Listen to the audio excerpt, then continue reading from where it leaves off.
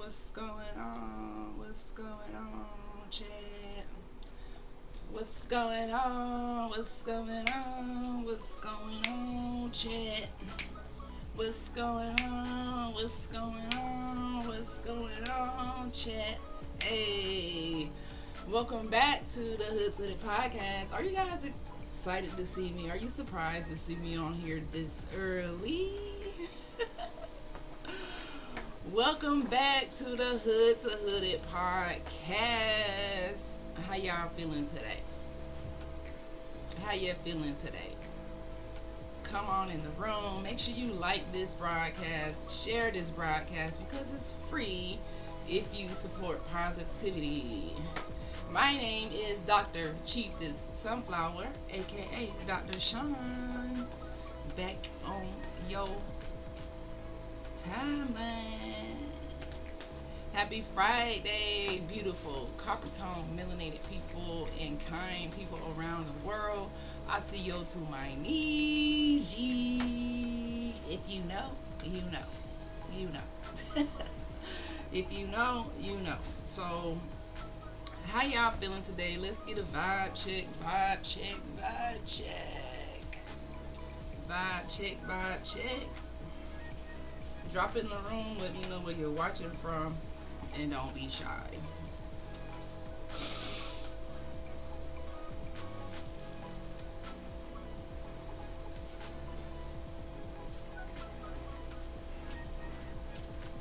Vibe check. So as you can see from the title of this video,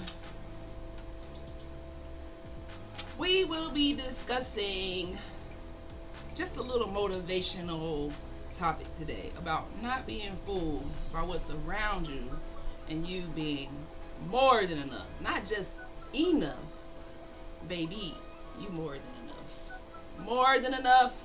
Clock that T. Okay? Okay. So I am, before we get into all of the seriousness of it, because you know how I can get into my little topic real deep, I just want to encourage you guys to follow me on Twitch. I did meet my goal of 10 followers on Twitch. I'm almost to my goal of 1,000 followers or subscribers on YouTube. So make sure you are following me on all platforms. I am headed towards 50 on Twitch so we can meet affiliate status and 1K on YouTube. Alright? And thank you to all the people who do support me, show up. Normally I do this podcast in the middle of the night because that's the only time I can find to, do it. But I am switching to a daytime. Okay? I need a daytime because that was just burning me the hell out. Frankly. But I'm on a consistency challenge going live 365 days. 360. Okay. I'm getting a little sidetracked. 300. Oh, stop. Okay. Getting a little sidetracked. Okay. But yeah, as you can see from the title, listen, guys, don't be fooled. Don't trick yourself out of your spot because guess what? You're more than enough. I already told y'all, clock that T, because you're more than enough. Let's talk about it. Let's get into it. This is YOLO Fridays here on this podcast. So drop your comments, drop your thoughts, and yeah, let's chill and get into it. Okay. So the Hood to Hooded Podcast is a place where purpose wakes up. Fear gets silenced. And generational curses, baby, we check them. Because what? Yeah.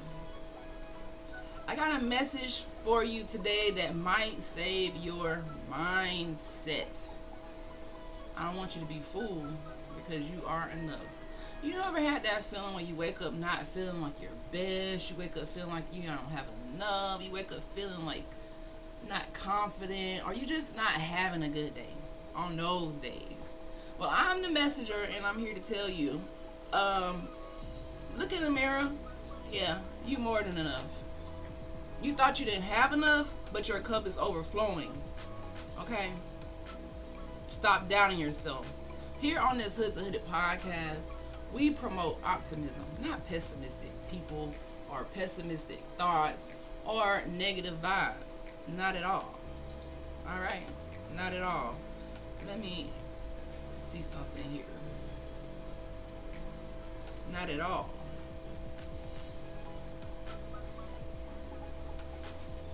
All right, and in this Hood to Hooded podcast, the purpose of it and the purpose of my 365-day consistency challenge is to not only connect with my audience every single day, because I realize consistency is something that I absolutely kind of start slacking in.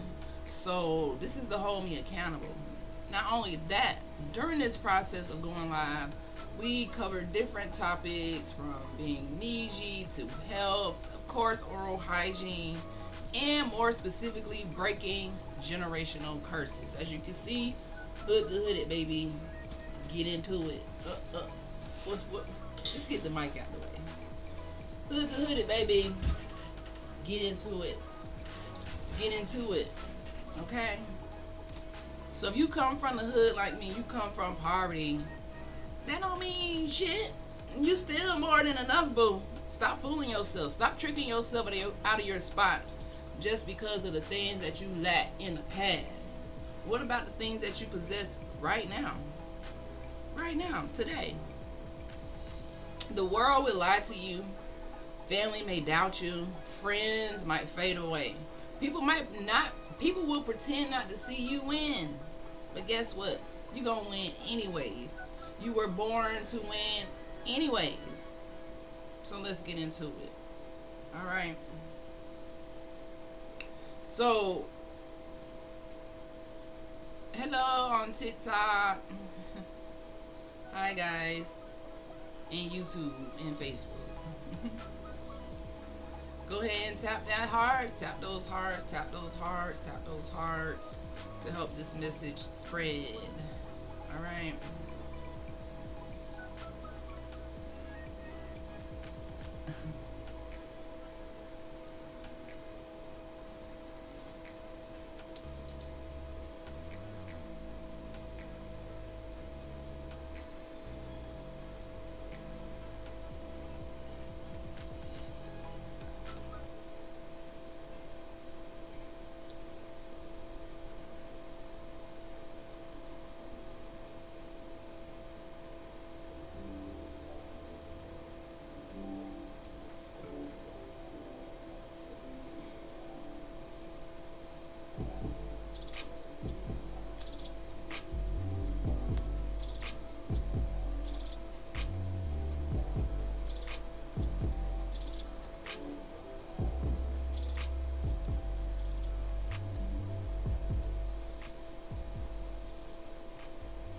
Okay, guys.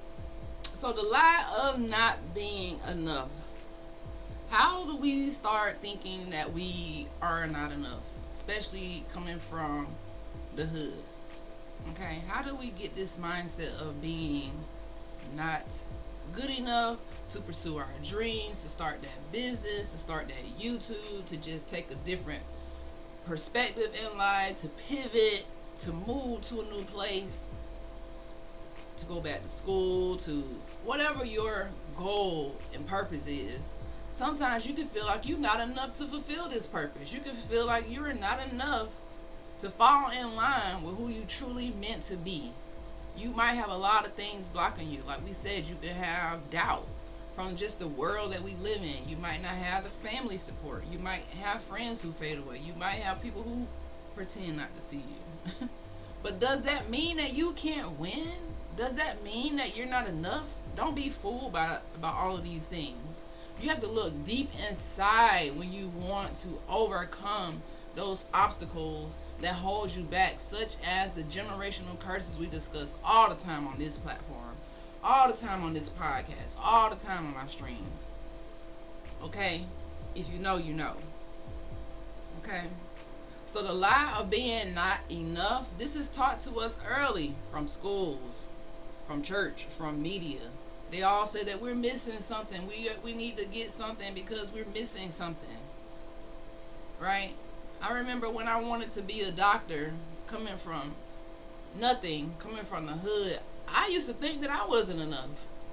I used to think that my skin was too dark because you don't really see doctors who look like me, and don't people, oh no, you don't really. Even now I see patients who are like, I never seen a chocolate doctor, a dentist, still to this day. So it's very, very not so common.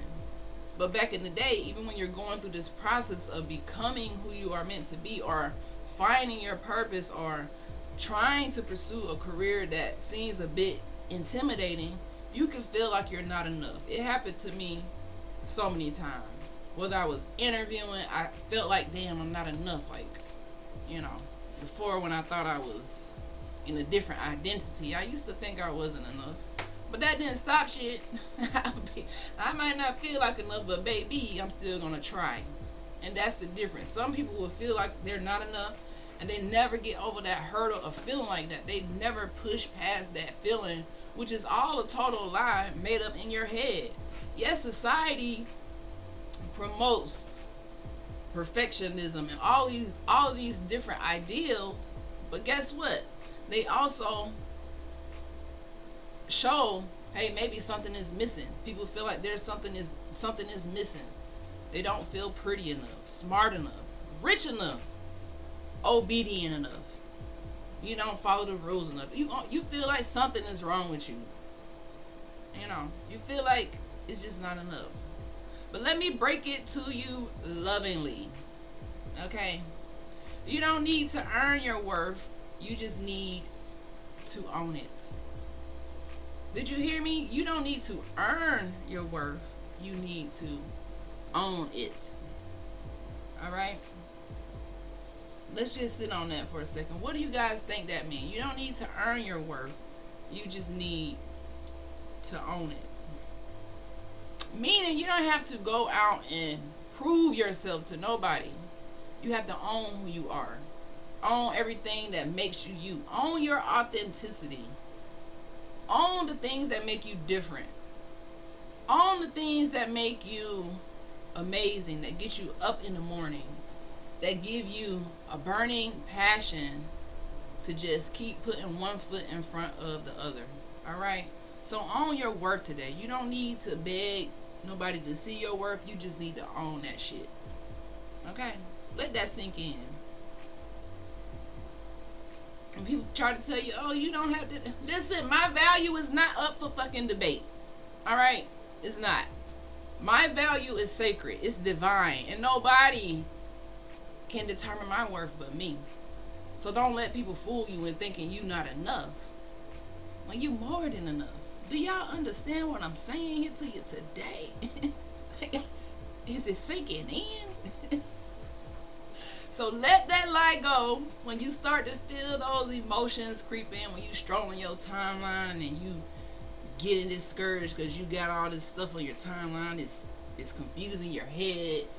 You comparing yourself to other people, or maybe it's taking a little longer for you. Don't be fooled. You're more than enough. I say it all the time that the breakthrough happens right after the breakdown. So if you experiencing a breakdown season, baby, this ain't time for you to quit. You didn't come this far for no reason. You can't throw in the towel now. You done been through all this shit so far. You can't be breaking down and not following through to the breakthrough, because the breakthrough is next. That's how it happens. Anytime you see that the road has been so hard, the path has been so difficult, the journey has been nothing but blood, sweat, and fucking tears, baby, your breakthrough is on the way. So you better not stop now. You got so much more left in you. So many people get to the age and they start having, a midlife crisis. No, motherfucker. This is a midlife reawakening. This is a time for you to shine. Use all that stuff you learned back then in your teens, your 20s, your 30s. If you haven't gotten that far yet, just use your life experiences to hype you up. Okay? Hype me up. Guess what? If you don't hype me up, I'ma hype me up. Period. If you don't hype me up, I'ma hype me up. So don't be fooled by never thinking that you're not enough. Like, what? Please. Miss me with that. So that's why I say you don't need to earn your worth from nobody. You don't need to earn your worth from a soul. You need to own your worth. Look inside. When you look into the mirror, you already know you got to speak those positive affirmations. You already know you have to speak victory over your life. You already know you have to speak that, talk that in the mirror to yourself. I am wonderfully made. Anything that I want, if it's within my purpose, I can have. And can't nothing stop me. Nobody stop me. Because I'm more than enough. See, we often put a ceiling on the goal. We often put a ceiling on our destiny. We put a little ceiling right here. You think you can only be this when you could be so much more. Take that ceiling off. No ceilings. No rooftops. Baby, my dreams drive in a convertible. We don't need no top. We don't need no ceiling. Okay? I need to be able to reach farther than I can see. Farther than the eyes can see. That is having faith in your dreams. Having faith in yourself. And even when you feel like you are not enough, you got to know and own that. No, that's just a trick that my mind trying to play on me because of something I've seen, something I've been taught, because of those generational curses that I'm not even aware of, trying to break me down and hold me back. And yeah, they try to break you down. They try to hold you back. These generational curses. They do. They do. And I wasn't really going to get into something, but I think it ties to what I'm talking about right now, but I'm not going to present it to you guys right now. I'll present it to you a little bit later because I feel like it's going to be a little heavy, and I want to get through this first. Okay? I feel like it's going to be a little heavy. All right?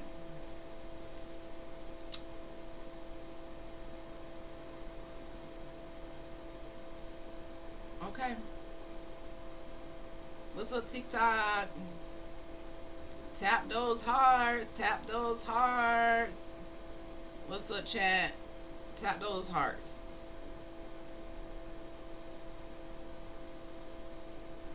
So we gotta let the lie go today of feeling that we are not enough, or feeling that you are a mistake. I saw something today, well, yesterday, disturbed me. It was like there were almost 500,000 people unalive themselves this year, 2025 alone, in America. 500,000 people gave up, threw in the towel. They felt like they weren't enough. They felt like they couldn't make it, and something happened that pushed the trigger for them to say, you know what, I can't do this no more. So before you get to that spot where you trick yourself out of your spot, I'm here to tell you that you way more than enough, and don't let these lies fool you. No matter where you are consuming them from, don't ever feel like you are not enough.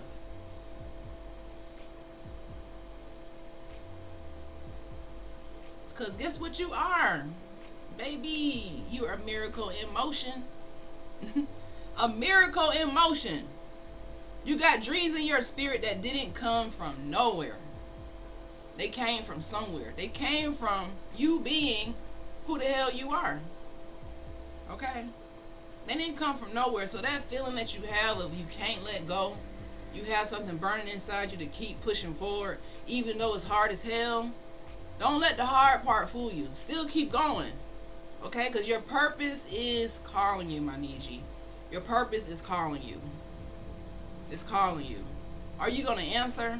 Are you going to feel like you underqualified? Or feel like you can't do it? Are you going to answer today? That's the question. It's like me. I'm not underqualified. The world just ain't caught on to my energy yet. It just ain't caught on yet. But because the world ain't caught on me, and I don't keep pushing forward. Every time I start something new, people will say, well, how you gonna do this? They gonna put that, they're gonna instill that doubt into you. How you gonna do this? But you gonna have zero when you start. I don't give a fuck. Let me have zero. Let me grind from the bottom up. That's how we go from hood to hooded. It's not from starting from 10. You don't start from 100 unless you got legacy. I'm not talking to you. If you started from something, I ain't talking to you. I'm talking to the people who started from shit, who started from nothing, who came from poverty, who been underserved, disadvantaged, broken down, who feel underqualified. Guess what? You ain't underqualified. You just don't believe in yourself enough. You don't think that you're enough. Most of us have been there, thinking that we're not enough, ready to throw in the towel, feeling like life has beat us down across the head with a stick and a bat, feeling like we can't get out of this mindset of feeling pessimistic. You know, this door closed, that door closed. Oh my gosh.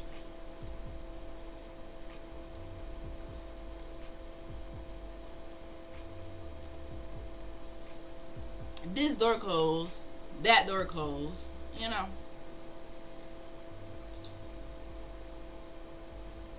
I'm sorry, TikTokers. I need to get more to you on Kick. I had to, you know, mute you from the chat. So now I'm finna block your ass. Cause I'm sorry, TikTok. I gotta go block somebody real quick. Cause it's like, what are you? What? But yeah, you are more than enough, guys. You are way more than enough.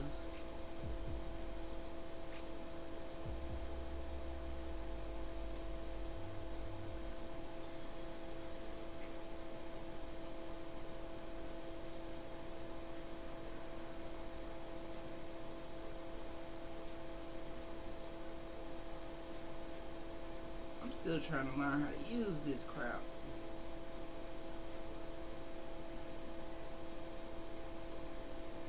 So to answer your question,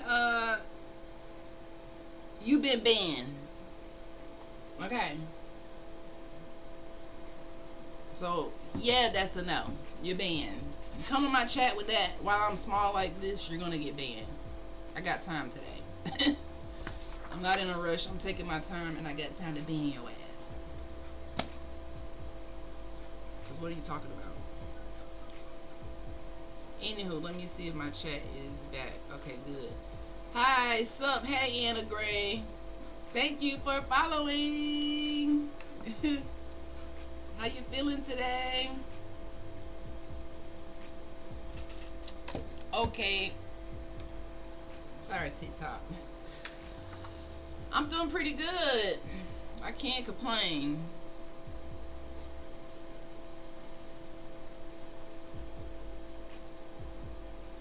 How are you?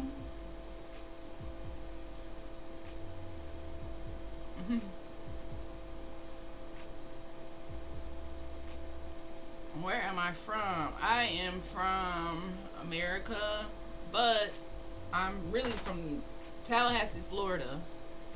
But right now I'm living in New York. New York. Concrete jungle where dreams are made. There's nothing you can. Where are you from? So yeah, guys, you have silent haters, but your purpose is super, super loud. Family will sometimes be your first doubters.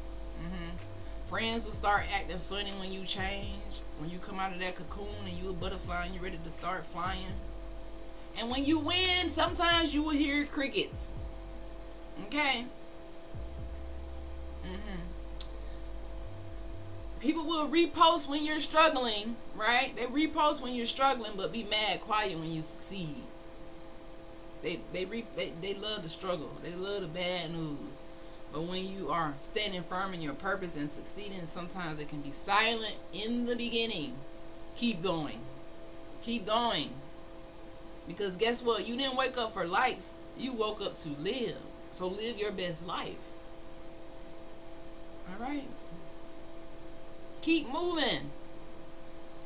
Quietly, boldly, with your head held high. Because they see you, they just too insecure to admit it. But you got to keep winning anyways, my Niji. Keep winning anyways. Can you see my chat? Yes, I can see your chat. Anna Gray. Yep, I see your chat.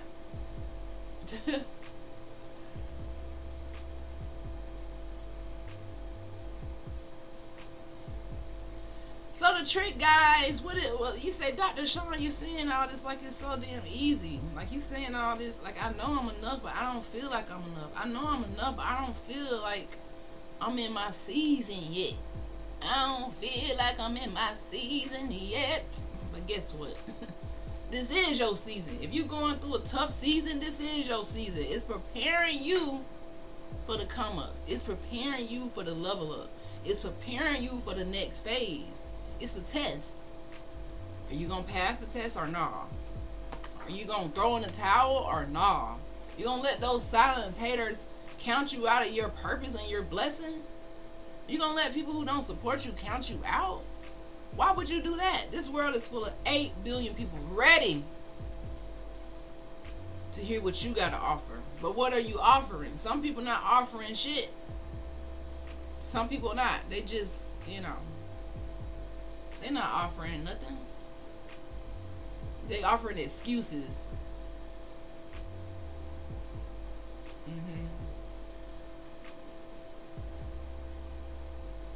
That's what they're offering. But we don't want to be one of them. Coming from hood to hood, that's why this podcast exists. For the underdogs. Yeah, for the underdogs. Because see, me, I'm an underdog. I represent the underdog. I represent the people who, you know how they say you weren't supposed to make it, you weren't supposed to. Who told you that? Because long as I got breath in my body, baby, I'm in it to win it. I'm not in it to sit here and count myself out. I'm in it to be bold and unapologetically me. I am in it to fulfill my purpose. I am in it to make every day count. I am in it to rise, even when it don't look like I'm supposed to rise. And have you looking like, damn, how you did that? Because guess what? A lot of people who are dreamers, who are purpose driven, they don't look like what they've been through. They do not look like what they've been through. I don't look like what I've been through. People can often get it misconfused. Like, damn, you ain't been through. I don't look like what I've been through. I don't. And that's okay. I don't want to look like what I've been through. Because, baby, if I look like what I've been through, yeah. People like to silence your trauma, the things that make you who you are. And that's the issue. I feel like with those nearly half a million people who threw in the towel, unalived themselves, they just couldn't take another day. They just felt like the world was against them. Everything was down. At that moment, they just, not being here was more important than sticking through it. And in my community, the Nija community, the melanated community, copper tone, it gets so hard because we are in a system that encourages us to feel less than. They promote the less than shit. They promote this shit. They promote that you're not enough, you're not good enough, you're not this, you're not that. This is a promotion. But you gotta silence your haters. Sometimes the system is the biggest hater in your life. Sometimes the police is the biggest haters in your life. Racism is one of the biggest haters in our life. Racism, you see it now. The protests in LA. And they're like, hey, why y'all not marching? Melanated people. It's like, bruh. Have y'all not seen us in the past pushing and fighting and on the front line alone? Nobody marching with us but us. Nobody caring about us but us. The chaos that's in America right now, all caused by racism. Because of the color of skin. Because of a government that thought that 400-500 years ago they could make a system that holds one group of people down and lifts another group of people up. They thought that this shit was gonna last forever. They thought that pseudo history was gonna stand the test of fucking time. I'm here to tell you, my friends, pseudo history is crumbling down. I mean, I don't know if it's happening fast enough for me, but at least it's happening. You know. So I'm here for my ancestors, man. I'm here for the ones who fought the hard fight, who stood in the paint, so that we can be where we are today. Standing here bold, unapologetically, with no fear. Team no fear, because fear kills your dreams, my Niji. Fear kills your dreams. When you are not unapologetically you, it's gonna kill your dreams every time. Every time. Pseudo history is killing our dreams right now, but this is not a podcast. This is not a stream about that right now, but that's always intertwined in the mix, because it is a part of our history. Uncovering the truth. So be unapologetically you. Take up space. Be bold. Wear the outfit. Be different. Post your win. Don't be embarrassed about nothing you go through. Tell your story, because you know we live in a day and time where everybody want to post just the wins. They want to post just the best. They don't want to tell you about the struggles that it took to get to the win. But speak your voice. Speak your full voice. Don't be embarrassed of nothing you go through. Don't let none of that shit hold you down. Because too many people spend their whole lives shrinking for the comfort of others and never live how they truly want to live. And they die never having lived. That won't be you. Because we're not here to shrink ourselves for no fucking body. People always try to shrink me like I'm some nun or preacher or teacher or this. No, I'm just me. I'm just me. Oh, you talk like a white. Shut the hell up. I talk like me. I talk like I got a little common sense. You know, oh, yeah. People will judge you from here to the day you gone. Let them. They don't mean shit. They don't make you. They don't break you. Wear the damn outfit. Be loud. Be proud. Be unapologetically you. Stop shrinking your damn self. I stopped shrinking myself because I'm like, why am I shrinking myself to make you feel good? Motherfucker, I don't even... Yeah, not shrinking myself. Never again in life. Never again.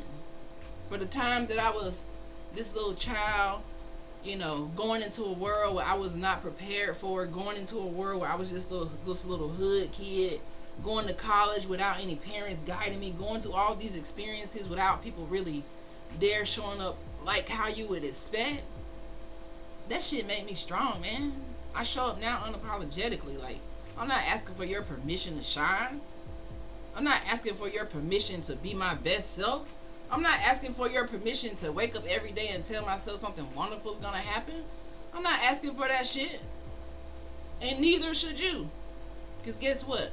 Be unapologetic. Yeah, unapologetic for the rest of your life. After today, no more shrinking yourself to fit in the room. No more dimming your light because other people can't handle the shine. They gotta get some sunglasses. Tell them, hey, get some sunglasses because motherfucker, I'm gonna get my shine on. Like the big timers. Some of y'all probably don't even know who that is, but if you're from the hood, you know. Okay, get my shine on, baby. That's all you can do. Get your shine on. Don't be like most people who spend their whole lives shrinking to fit in the room because they feel like their personality is just different, or they feel like they're not going to be accepted. You accept you, so who cares who don't? Like I said, there's 8 billion people in this world. Half of them already going to reject you just because, you know, they just going to reject you. Some of them don't even speak your language, so they don't even know what the hell you're saying. Some people just negative anyways. They didn't even follow their own damn dreams, and you want them to help you follow yours? Some people can't wake up in the morning and tell themselves that something wonderful gonna happen to them, and you think they gonna tell that to you? If they see you winning, they see you surviving your storm. They see you waking up every day to fulfill your purpose despite the lies, or the negativity that might creep up in your mind, they still see you grinding every day. They see you going hard and harder and harder and never counting yourself out. All right? That's what it means to be unapologetic. When you're not asking for permission, you walking in your purpose. And this is how you got to be every day. Walk in your purpose. Okay? No more shrinking. Who we shrinking ourselves for again? Nobody. What situation we shrinking in? None of them. When do we count ourselves out? Never. Never very. Never very. Okay? Never worry. Never count ourselves out. So America's chaos is not our collapse, my Niji. America's chaos, the things going on in America, is not our collapse. It's a lot of pseudo history. It's a lot of propaganda going on right now. A lot of propaganda going on. So much is going on. You know, so much is going on. And I'm an outsider looking in. I'm not really inside looking in. I'm outside looking in because, yeah, this is America's chaos. And I feel like America has been chaotic since Trump, and I don't even like to say his name, it just gives me indigestion. Since that guy, you know, every time he get in office, it's a hot ass mess. But at the same time, American history has always been a hot ass mess. It's just always been a hot ass mess. Full of lies, full of fables, full of fairy tales, full of, oh, when we vote this way, this is gonna happen. Ain't shit happened since when they started voting. Ain't nothing happened since then. That been to help us. It's just all been laws to hold melanated people down. All been laws to hold melanated Niji in America down, to erase us, to disqualify us, to make us feel like we are not enough, to make us feel like we can't win. And now with all of these different talks this whole year, it's been TikTok shutting down, it's been tariffs, it's immigration laws, it was the Afrikaners, it's just been, this year has been like 2025 has been a crazy ass year so far. And everything in the world right now is so heavy, like it just feels like a heavy time to be alive. Everything is just so heavy with politics, with protests, racism. Racism has always been heavy, especially in America. Racism is the founding father of this country. Racism, yes. Poverty, surveillance, AI, shootings. America's a storm. It really is. But you know what? We were built for a storm. We were built to survive the storm. You were built for this. So if you have a business right now during these times, it could be kind of tough having a business with prices going up, people working 2 to 3 jobs or just trying to work to make ends meet, feeling like it's not enough. We got to pivot, my Niji. You have to pivot. Always be looking for a better opportunity. Is it time for you to step out on faith and do something you never thought that you could do? Or have you thought that you could do something but you talked yourself out of it and you scared? Which one is it? It's okay to be a little scared when you're trying to figure it out. It's okay to be a little scared. It's okay. They call that anxiety. I deal with people who have anxiety every day in the dental practice. Most of my patients have dental anxiety because of a traumatic event that has happened in the past. They dealt with a mean dentist, somebody who didn't stop when they told them to stop, somebody who was just rude and told them to shut up and open your mouth. Yes, dentists do that. I'm not one who do that. I believe in leading with a kind heart and not forcing anything on my patients. But some people have that traumatic experience, especially from those baby boomer dentists who They didn't really have no damn bedside manners. They would just like, open up, I'm the only choice you got, and if you don't open up, you're gonna leave out here in pain. They different from us dentists nowadays. We're a little bit different nowadays. So I advise you to get, a nice dentist. If they not nice, run. That's my advice. But even then, anxiety prevents people from even going to the dentist. So I know it prevents people from following their dreams. They'll be like, damn, I ain't been to the dentist in 10 years because I was just scared as hell.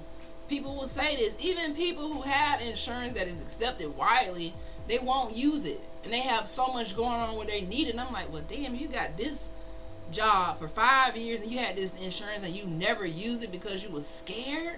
Do you know how much money you waste? Do you know how many people wish they had that insurance where they could go to the dentist, but they get scared of the dentist and they go to one dentist, they're mean, and then they trick themselves out of their spot because that's your mouth. You can't just put all your eggs on one dentist. If you meet a mean ass dentist, don't go there. Fill them out. Don't get no work done at first. Just have an exam. Fill out the spirit. Check out the bedside manner. Oh, hell no, I ain't fucking with this dentist. Move on. Don't be like, well, no, I ain't going to no more dentist. And that's what people do with their teeth and with their dreams. It's crazy how I made that correlation. That's kind of crazy, but it's true. So that anxiety you feel is kind of like when you go to the dentist. When you have a dream, when you have a purpose, you're really unsure. You don't have all the pieces to put together. You don't have all the funds. You don't have all the resources. You're not in the right network. You got a billion excuses. But which one of those excuses is enough to clock you out of your dream? Are they clocking you out of your dream today? Are you clocking into somebody else's dream but clocking out of your own dream? That's what I should have titled this. Are you clocking out of your dream to clock in for somebody else's dream? What? Clip this. Clip this. I think that's what most people doing. And being a dentist and seeing how anxiety works in the dental office, I can see how this can happen in a real life perspective. I can see how this can transpire to real life, to reality. Most people clocking themselves out of their own damn purpose because of fear, because of what somebody said, because of who ain't supporting them, because who ain't showing up, because they didn't get a like. Baby, you got to start from zero if you want to be a hero. Especially coming from the hood. Point blank, period. You got to start from zero. Alright? So if you're going through a storm right now, you can't see your way, it's okay to take a pause, take a mental break just to calm down for a second. Because everybody just working hard as fuck, going to work, not dreaming, just going. Time is passing, the government doing crazy shit. Everybody just out of pocket right now. Everything heavy right now. But I need you to step back into your level up suit. I crack myself up, y'all. Step back into your level up suit, okay? Stop clocking out of your dreams to clock into some bullshit. Stop doing that. We not doing that no more. If you gotta clock in temporarily, that's okay. But I need you to own who you are. Be unapologetically who you are. If it's not enough, if it's not helping you win, it's time to move on. Ever since I was a young teenager, I realized, this job ain't for me. I'm moving the hell on, because you ain't talking to me like that. That's how I became a doctor. Because all these jobs tried the hell out of me. I was like, oh, hell no. I can't get down with this. You trying to control me and shit. You trying to tell me when I can go to vacation. I can't use my time. I ain't never had no time saved, honestly. I can't get down with that. Hey! How you feeling? How you feeling today? I can't get down with that. So I'm never clocking out of my dreams to clock into yours. Never happening. I done it in the past, but it won't happen again. It will not. No, thank you. I'm always gonna clock into my shit first. When you get up in the morning, you gotta check in with yourself first. So many people, I can't I can't take off cause my job. I can't do this cause you go 5-10 years, don't use your time, never taking a break, never taking a vacation for this job. Do you know this job will cut you today, tomorrow, if you don't act right? If you get too many points, that ain't a job that you need. It's time for us to be owners of every part of ourselves. Own your mind. If you in this job right now, you hate it, don't stay here. Stay here temporarily. Find something else. Get some more skills about yourself. Start that YouTube channel. I see so many older people on YouTube who have retired, but they still getting a bag. Some people will be like, oh, I'm retired, I ain't getting. They still getting thousands of dollars a month to help them buy. But most people won't do it because they scared of what somebody gonna say. Scared about how you gonna look. Scared about this, scared about that. Scared. You just a scaredy cat. I'm not trying to be harsh. I'm not trying to be mean, but if you was scaredy cat about your own dreams, I don't know what to tell you. Like, you got to get rid of that spirit. I think that's another generation of curse of being in fear about everything, feeling like fear over everything. That's a generational curse. You know, I talk about that a lot on this podcast about how people can be generationally cursed to just live in fear. They don't want to fly. They don't want to travel. They don't want to do nothing. They just want to work. I'm going to start a YouTube channel at age 70. Yes. These are the people we need on YouTube. The elders. I'm going to tell you something because I love watching the elders. Me being young, I wish it was more elders. I watched this elder on here on YouTube, Baba Rasim. He's 77. I think he's getting ready to turn 78, but he on YouTube making money, chilling. He talked for 2 minutes, post his video, and he out. No editing, no nothing, but he has a following. People follow him because of the wisdom, because of the knowledge, but most people won't even do that. They will suffer, struggle, or feel like, dang, I'm going to start from zero. We all had to start from zero. Even people who come from legacy, somebody in that legacy had to start from zero. So they building a generational wealth. And that's what most of us aspire to get to. But some of us got to be the person who plants the seed, waters the seed, makes the tree grow to produce the fruit. So other generations don't have to do it. Other generations don't have to go through that. Okay? Some of us have to be on the forefront. And I think you should, Gwendolyn, definitely start that YouTube channel. Please tag me when you do. And I'll come follow you. I'll be your first follower. Let me know. Let me know. Alright? So don't let the outside chaos going on right now destroy your inner calm. This is the best time to tune into yourself, to tune into you. Whether that is working out, getting on your self-care, just reading a book, just doing something out of the norm, doing something that challenges you. This podcast, honestly, for me, in Hood to Hood, is showing up every day. You know, just working through the days I don't feel like showing up, working through the days when I'm taking heartbreak, you know, losing people, just not feeling the best, having headaches, working all day and then going live. It could be a struggle, but this is something I want. Nobody told me to do this. Nobody's making me show up. I'm showing up for me. And on my first day, it was hard because I showed up talking to myself. I felt delusional. Just getting back into the streaming mindset and getting back into the mindset of content creation. Because for me, I'm a content creator, but I wasn't consistent. I pop on the scene a couple times and I get sick of the internet. I get sick of social media and I won't show up for months. And you can't really build no type of audience like that. You're welcome. Yeah, let me know. I will follow you. I'm definitely interested in what you have to share with us from your 70 years here on this earth. And I love watching videos of people who are even 80, 90, 100. I love when they just be like, you know, the only thing I did was just live my life. They don't really have, they have like the simple, basic, deep, it's like simple and deep at the same time, things to say about life. Because we'll go through life in the rat race thinking this matter, that matter, but when you get at that age, the only thing that matters is like true, authentic family, friends, love, just chilling, like just living your life and just enjoying life and making every day count, cherishing the day, cherishing the moment.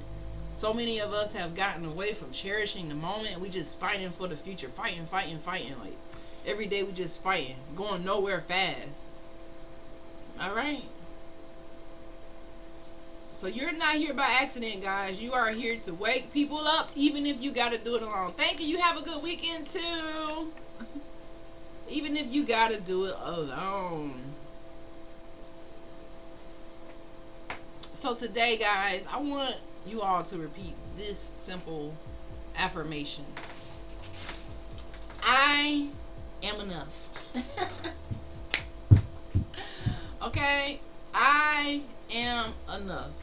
W chat, I am enough. I don't know if that's a real thing, but you know, I be making my own shit up. I am enough. I need somebody to put it in the chat. I am enough.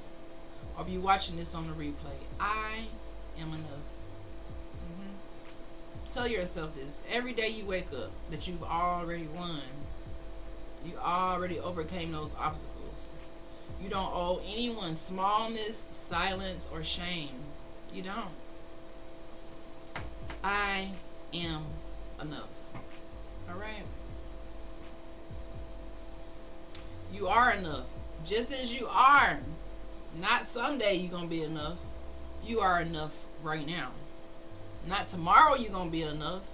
You are enough right now. That's why that is such a powerful, short and sweet affirmation to tell yourself, I'm enough. Clock that T. I'm enough.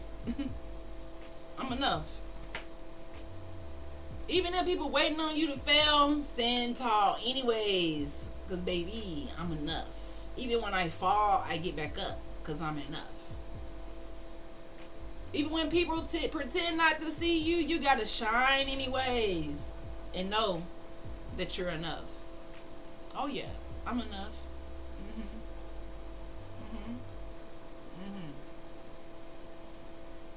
Okay, so let this episode remind you that the world cannot define what it did not create. The world didn't create you. The world just tried to make an impression on you. The world is always trying to make an impression on you. The government is always trying to make an impression on you. They're always trying to, you know, sway you this way, make you vote this way, make you do this, go here, punish you for this. You know, it's always some shit with this government in this world, but they don't define you. Alright? So I need you today to know that your existence is sacred. You hear that word, sacred? Your existence is sacred. It is so sacred. It's so sacred. Those days you feel down, you still sacred. You're just going through something right now. Those days you don't feel like you enough, you are more than enough. That's why you say, I am enough. I'm enough. Okay, I need somebody to put that in the chat before I get off of this live today. I am enough. Okay? Your voice is needed. Your dreams are valid. As long as you can stay bold, stay grounded, and stay creative.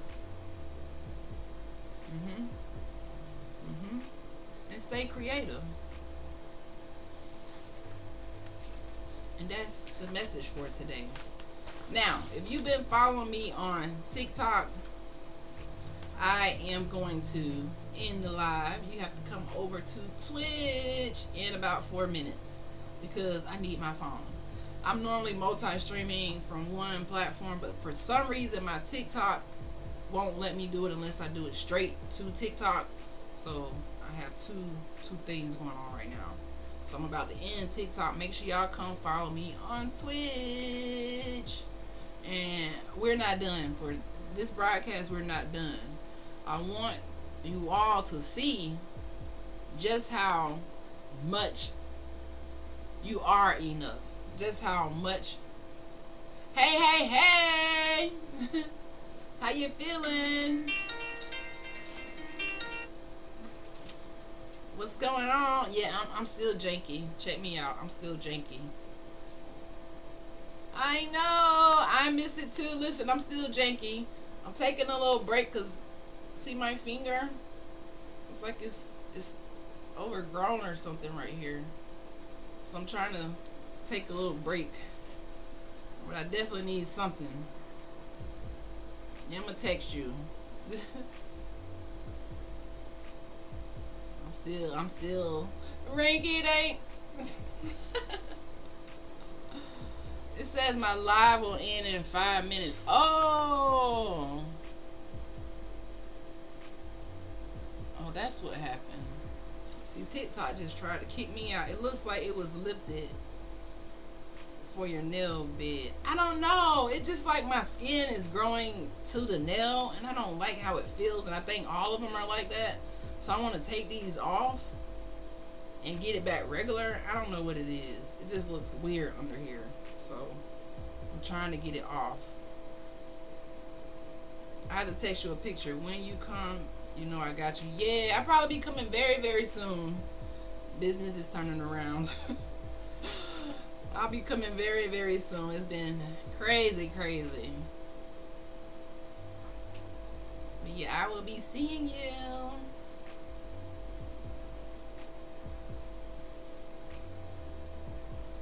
All right, TikTok, we got 1 more minute. Make sure you follow me on Twitch.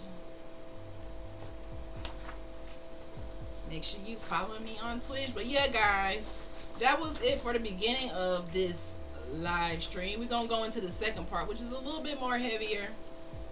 You know, I got something to say about, you know, this week I've been researching education and I've been finding out some crazy shit, man. So we about to dive into it. We're about to dive into it just a little bit. As you know, it can be kind of heavy, but that's what this podcast is about. Telling the truth, even when it's hard to hear. Even when it's like, damn, I've been taught a lie my whole life. I can't believe this shit. I'm always like that. Every day I'm like, damn, they just lied. Like, they just want us to be stuck, working, broke, tired, exhausted, and feeling like we're not enough. And we about to get into it, though. We about to get into it. And I'm still waiting on somebody to put in the chat, I am enough. I might have to go put it myself. You know what? I put it myself. I am enough. Period. There we go. All right, TikTokers. I will see you guys in the next live. Make sure you follow me on Twitch. Peace out.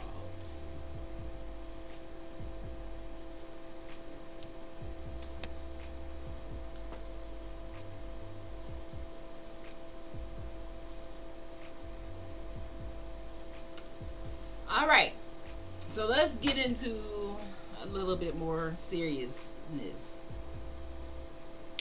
So me and the chief was talking, right? He was just telling me about the history of the word slave. How it came from the word Slav, S-L-A-V. During the 9th to 12th century, Slavic people from modern-day Eastern Europe, places like Russia, Ukraine, Poland, and the Balkans were frequently captured and enslaved by Germanic, Islamic, and Byzantine powers. The term Sclavus became synonymous with enslaved person, even though it was originally described an ethnic group. Some kind of way we got involved with this. Some kind of way the Niji got involved with this. Alright. The word slave does not originally come from Africa or any African term. Instead, it was Europeans enslaving other Europeans, Slavs, that led to the world's development long before the mass enslavement of Africans began. Okay, we know the Niji are autochthonous of the soil of America. Melanated people were here on Turtle Island, America, way before Christopher Columbus. All right.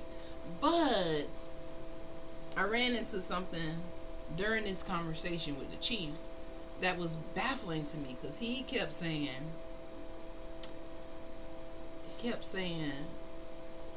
about schools, and I already knew that schools is an institution, and now I'm realizing, okay, what it means when they say 12 years a slave. I I realize what it means now. But when you're not in your right identity, it can be kind of tricky to understand and grasp this information and grasp this knowledge. But hey, this is the Hooded podcast. This is Dr. Sean TV, and we got to dive into it because we don't got time for no damn pseudo history here. That's why I read. I have these engaging conversations. I research, and I don't just stay stuck on one page of history. I call myself the baby historian because it's crazy how in the beginning I never really liked history, but now that I see how it correlates to my ancestors and my genealogy and the racial reclassification and all of these different tricks of the enemy, I pay attention a little bit more now. All right. So I've had a couple sources talk about education and how this is also like a colonized system and meant to make us workers. Yes. So we got into the history of the Pledge of Allegiance. Yeah, I remember the Pledge of Allegiance, right? Yeah, I remember the Pledge of Allegiance. I talked about this a little bit the other day, but the Pledge of Allegiance. So the Pledge of Allegiance was originated in 1892. So my ancestors on my genealogy, some of them don't know what the hell the Pledge of Allegiance is because they was born in here on Turtle Island way before this was even thought about. So when you think something is like your ancestors, a lot of your ancestors didn't know shit about these new laws and rules that the government created for you to feel like you're not enough, to mentally hold you down even from being a child. And most people like, what the hell? It's just the Pledge of Allegiance. No. Anything that's enforced for you to do is not just what it seems like from the surface level. It's definitely propaganda. It's definitely brainwashing, mind fuckery. Okay? And that's that shit I don't like. That's the one thing I don't like. Now I have to fact check everything, read a lot more, not fall for the first okie doke because I just been taught too much fake shit, too much fake knowledge, and not even really that, but just the symbols that we say and the things we do. We don't realize that words are so powerful. That's why you're not supposed to speak evil, see evil, hear evil, because then you become evil, or you become, how do I say, caught in the evil ass matrix. Alright. So yeah. So history of the Pledge of Allegiance, 1892. Written by Francis Bellamy, a Christian socialist and former Baptist minister. Francis Bellamy. Let's see if we can tie a face to the name. Francis Bellamy, who wrote the Pledge of Allegiance.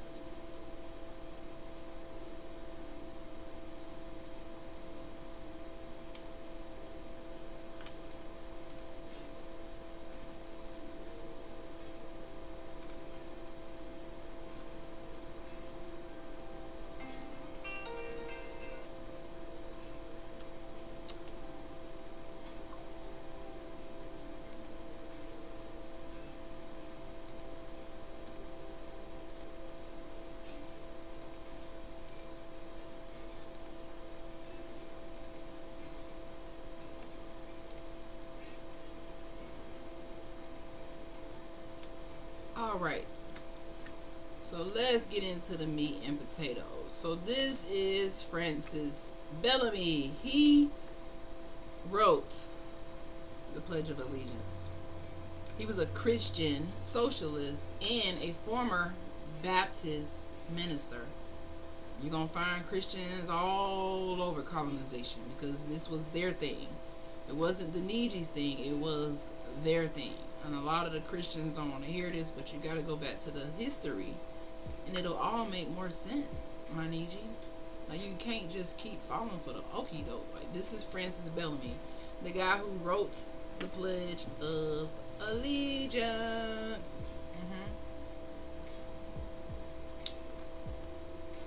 Yep. So that's who that is.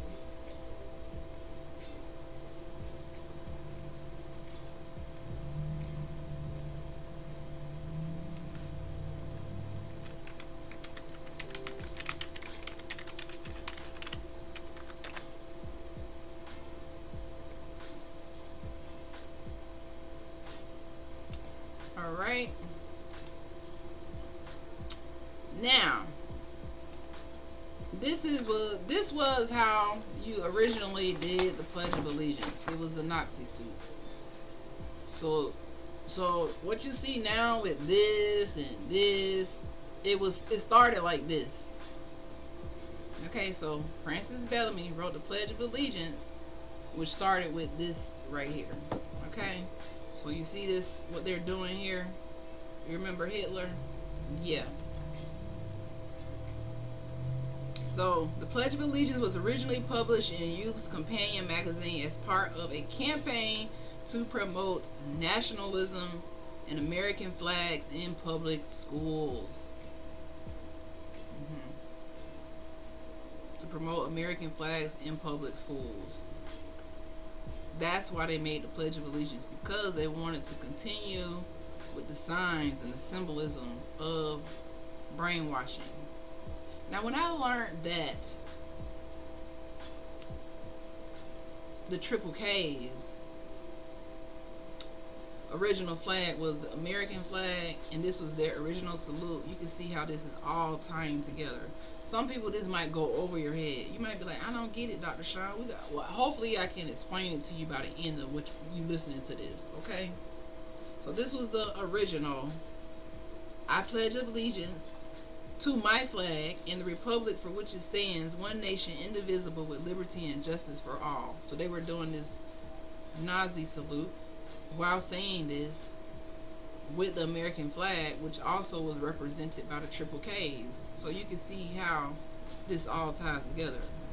They wanted to have a national control. They enforced this in the school. They forced the flags to be flown into school to say, hey, we won. We have victory. We control this nation. And we want to continue controlling this nation. Right?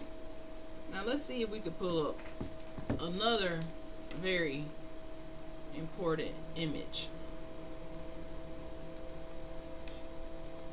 And here's another one. It's called the Bellamy Salute.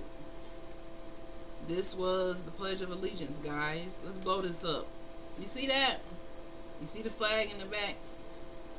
Remember, I Pledge of Allegiance, kids doing this Monday when they go to school. To the flag and the republic for which it stands, one nation, indivisible, with liberty and justice for all. You see that? You see that, my Niji? You see that salute that they're doing with the flag? So most people be in the matrix, oh, no, it don't mean. Listen, you got to go back and understand what the hell shit means so you don't keep doing this shit. Or letting your kids be brainwashed. Yeah, I'm so sorry. I know. I have to. Actually, I'm not sorry. Because we have to learn these things. We have to know these things. And I just be so shocked when I learn, like, what? You gotta be kidding me. For 12 years, I was saying this shit, not knowing that this was how it started.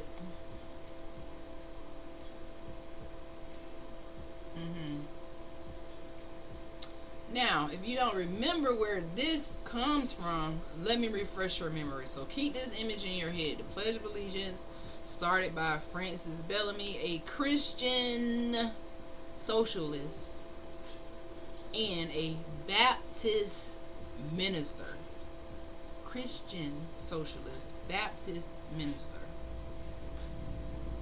to promote nationalism and American flags in public schools. All right, so hold this picture right here. Now let's dig a little deeper.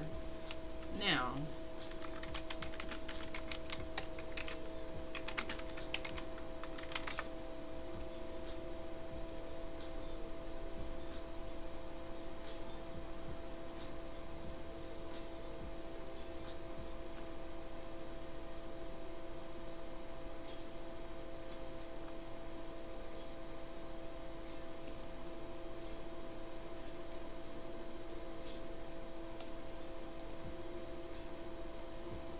let's hone it in. We going somewhere. Y'all already know we going somewhere. We going somewhere. Y'all remember this, don't you? Y'all remember this, don't you? Don't tell me you don't remember this guy doing this shit. That was it this year, last year? But we talking about something that was invented in 1892, still doing this shit this year, last year. But it's gonna go over most of the Niji head. It's gonna go over most of the people head because they like, what does that mean? Because we don't really know history. We don't give a fuck about history because we really don't think it apply to us when it's all about, you know, the Niji. Y'all remember this guy when he did this shit? We're not done yet. Let's go back because that ain't even what I was really trying to show you. You remember this guy when he did this shit? Yeah, I learned about this guy in middle school. My teacher's name was Miss Barbachi, and she was one hell of a historic teacher. She had us in class like seeing it. It felt like I It felt like I was in there looking at it live on the TV screen because she was just that good of a teacher. She was so vivid. So I remember this guy, Adolf Hitler, from learning about him in middle school. But I didn't learn that what he's doing now, some kind of way is tied to the Pledge of Allegiance and how they first originally pledged the allegiance. But now we took this away and now we do maybe this. Maybe it's here with it. I don't even think it's here no more. I think it's here on the heart. Because they wanted to hide this. I know you're probably thinking, what the hell, Dr. Sean? What the hell? So what? Some people still going to be like, so what? So what? So what, girl? So what? I know what you're thinking. So the hell what? No. We still not done yet. We still not done yet. Okay? I wish I could pull these up like side by side. Let's see if I can add another window. Let me see something, guys. Yep. Come on, phone. So we're going somewhere.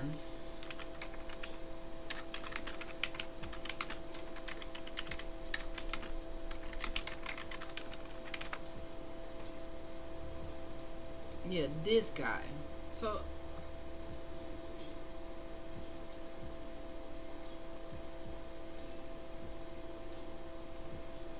yeah, we going somewhere. Okay.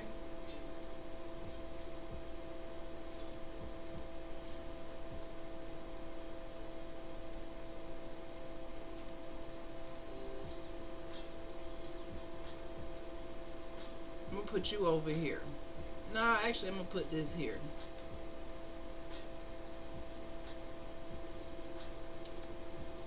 Well, looky. Any similarities? I was so shocked to find this out a couple days ago. I was like, what the fuck? Wait a minute. No wonder why we feeling like we not enough. Because they around here doing this shit on the low, secretly. And we're not knowing the truth.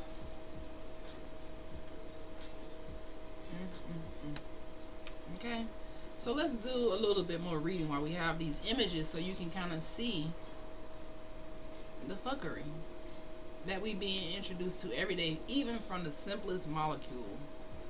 Alright, what was the purpose of the Pledge of Allegiance? Created during a time of rising immigration, labor unrest, and fear of American ideals. Purpose, created during a time of, I already said that. The pledge was designed to instill loyalty to the U.S. government.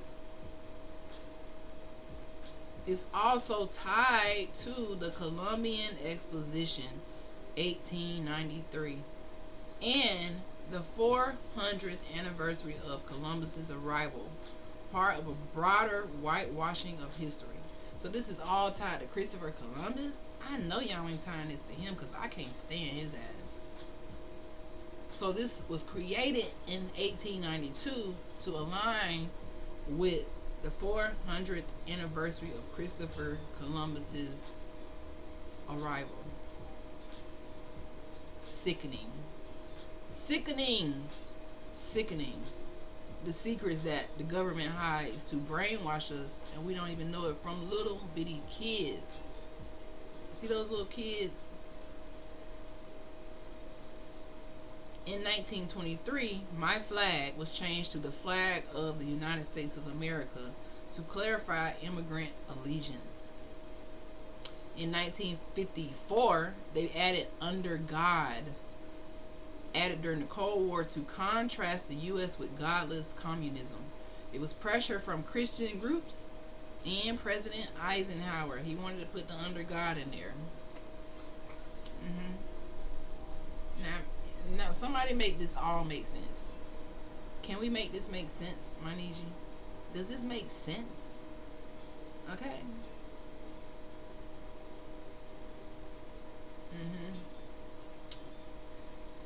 How did this impact the Niji, the indigenous people? It was forced assimilation.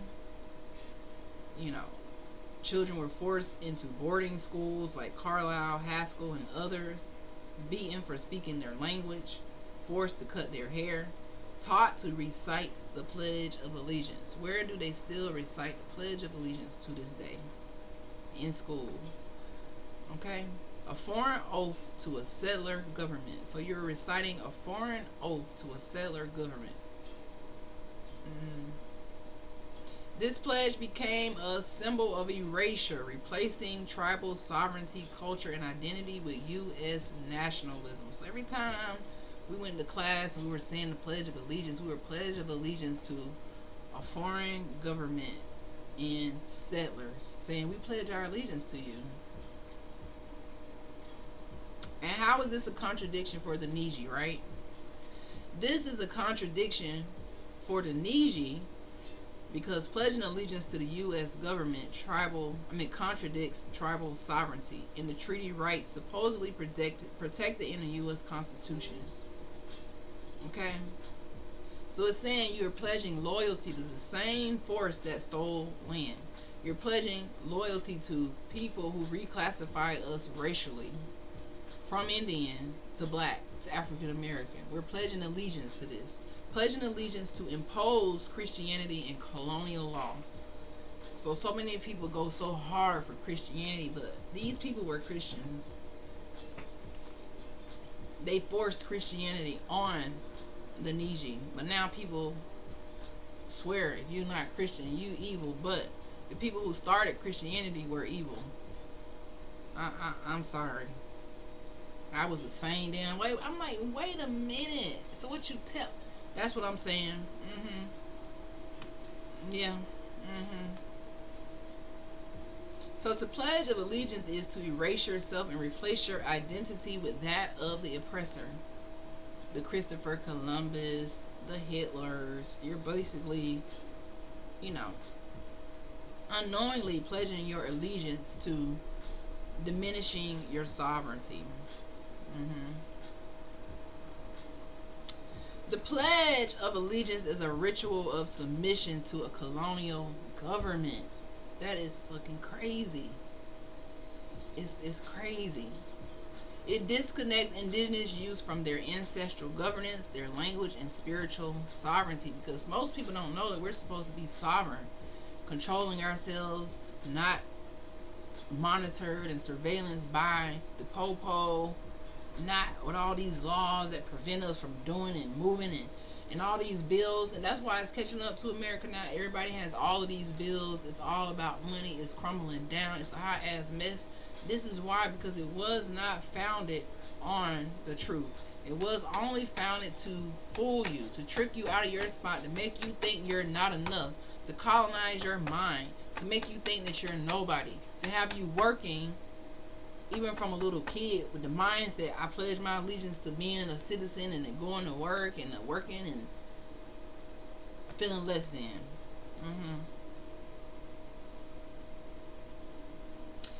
They have a line in the Pledge of Allegiance called "with liberty and justice for all." These kids say this all the time, but then they go to class and learn that, oh, these people think that you're less than. But where's the liberty and justice for all? They broke every treaty with the indigenous nations, systemically classified Niji as Negro, color, and freedmen to erase their nationhood. Strip land and children in the name of Americanization.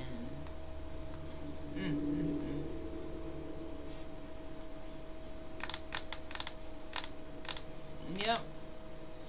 So let's turn this off for a second, and I want to find one more thing to tie this all together.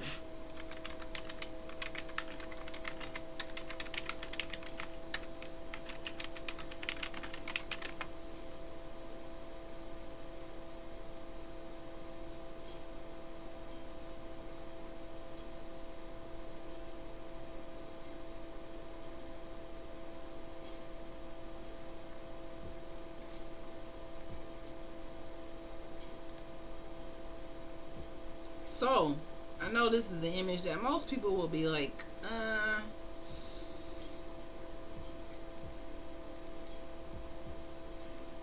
they would be like,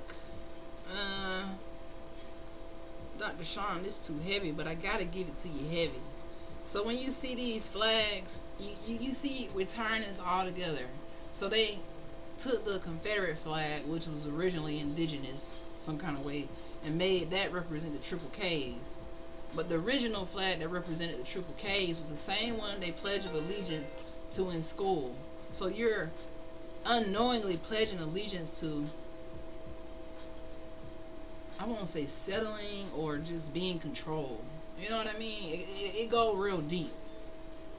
It goes really, really deep. And it's really, really sad. It's really, really sad that they still represent the flag. This little, all of this is tied together, and it's so evil. It's so evil. I just gotta get it off my screen because it's just too much. It's just too fucking evil. Like, I just be like, wow, what the fuck? Okay. And it got me to thinking. It got my head to turning. It got my mind to wondering, like, well, damn, when did, like, so school is a fraud? So I said, when did school become mandatory for the Niji, for the indigenous autochthonous Coppertone people here? School became mandatory for Niji autochthonous Coppertone people of Turtle Island through violent and coercive system of forced assimilation rather than voluntary education. That's why now you'll get locked up if your kids don't go to school. It's illegal for them not to go to school and say the Pledge of Allegiance. It's illegal. You could get in trouble for that. When did this start? I was wondering, like, when the hell did this start, since this is all tied to racism and white supremacy and some kind of way with Hitler and all these things. You seen Elon Musk, he was still doing that shit to this day, but it went over most people's head.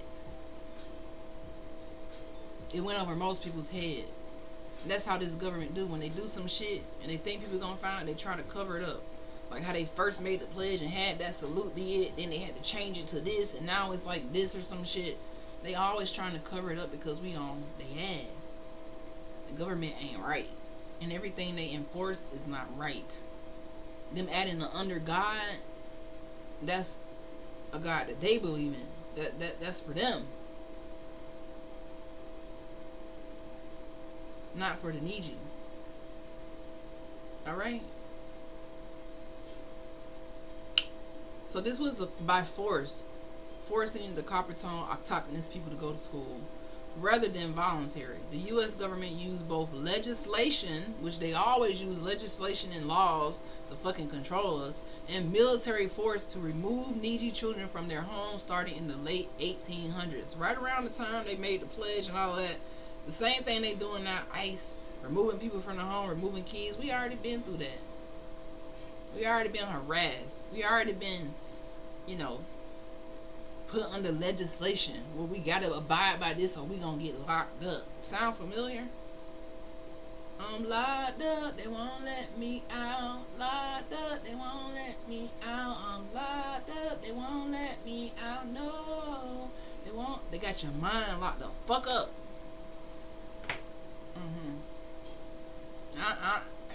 Sorry, not sorry. I need to get my sorry, not sorry sticker. Locked up, won't let you out. They're not gonna let you out. You gotta walk out. It's some mental chains. That's why it's hood to hooded.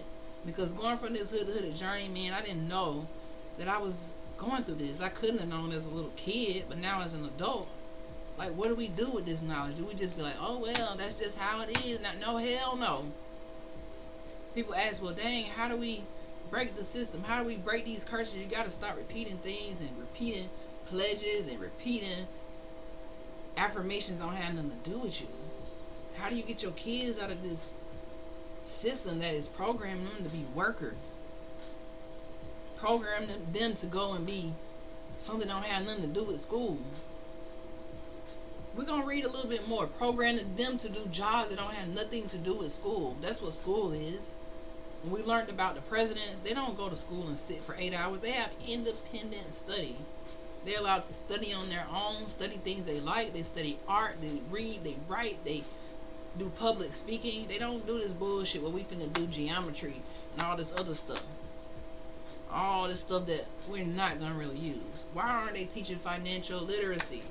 Something so simple. Why aren't they teaching classes on subjects that help kids be better adults mentally, physically, so that we don't have 500,000 people ready to end it all? We don't have people sleeping in the car because the 3 jobs they working ain't enough to pay for nothing, nowhere to stay, so they gotta sleep in the car. Or they just like, fuck this, I can't give all my money away to go to work, be in this box, work, school, home, eat, shit, work, school. Like, who wanna be stuck in that box for 70, 80 years? It's time to get out. Y'all seen that movie Get Out? Stop believing this shit. In that movie, he stuffed his ears, he closed his eyes, and he didn't speak no evil. They had the TV there to brainwash him, to trick him into seeing this every day. They thought that they had him, but he was closing his ears to the bullshit. Okay?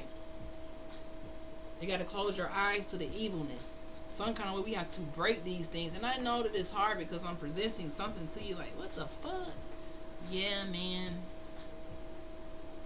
Make it make sense. Make it make sense. So I said, when did schools become mandatory for the needy? When did schools become mandatory?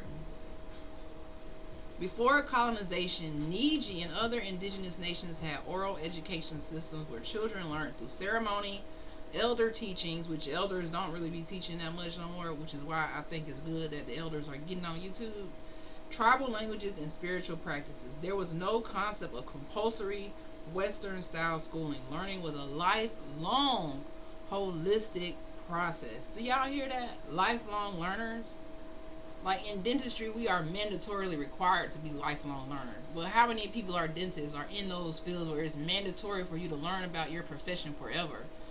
But before these colonized systems, the Pledge of Allegiance and all of these laws and legislation that forced you to go to a specific school to learn a specific history, to learn colonization and be assimilated into this fake ass matrix, we were lifelong holistic learners, meaning we learned about the totality of how to go about life for the rest of our life. Some people get out of high school, they graduate, they start working, and they stop learning. Then you get Alzheimer's, dementia early. Your brain shuts down because you're not learning shit no more. You just going to work doing the same thing over and over and over again. Or you're not learning a new skill. Stop settling. You more than enough. That's what I'm trying to tell y'all. Don't let these school systems, these pledges, all this fake shit trick you out your spot. Be a lifelong holistic learner, because that's what they don't want. All right, that's why school became mandatory, because we don't want you to be a lifelong learner. We want you to settle the hell down. Hello from UK, what's going on? So, from the 1870s to the 1920s, forced U.S. education began. Forced U.S. education, meaning we don't want you to teach yourself. We're going to teach you what the hell we think you should know now. We don't want you to know about the whole lifelong learning shit. We don't want you to be holistic learners. You don't need to know about money. You don't need to know about none of that. We want you to just settle for what the hell we say. Take it for face value, cash this check, and shut the hell up. It's not a good day. Why not? I'm sorry you're not having a good day. Let me check something, guys, because I feel like I just want to make sure about something. Oh, yeah, it's cool. It's cool. Oh, my gosh.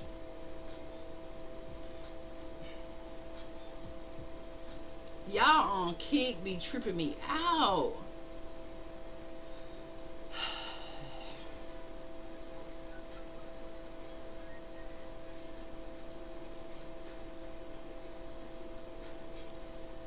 Bumba 88, they must ain't tell you about me, because I block motherfuckers. So that comment just got you blocked. Who next to get blocked? Dr. Sean blocking people today. And I'm blocked 2 off a Kick. Who next? Hello. Hey, Georgia Floyd. You got something crazy to say? Before I put my chat box back up. Because y'all be saying some crazy stuff. Like, y'all trying to get me banned off of YouTube, man. Like, get out of here, man. Alright. Chat box. Hello. Love your hair. Hi, Tony Barn Winner. Hey, guys. If y'all say something crazy, what the hell? I'm blocking. You see, look, I got my Kick up right now. Who's ready to get blocked? Why did it delete that? I don't know. Because I turned the chat off for a second. Because somebody came in here. I had to just block them and ban them. Said nice hair. I don't know why that blocked. But I blocked Bumba. Did you know about George flying over? Oh, you're joking. That's not nice. Y'all confusing me. I'm so confused. Okay, back to what I was saying. Alright, back to what I was saying. Because y'all just got me so off. Anywho, where was I? Where was I, guys? Oh, compulsory education laws for indigenous people. Anyways, just remember, oh my gosh. You too late, Tony Barn Winner. You too late. You too late, buddy. You too late. You too late. Too late. You're too late, buddy.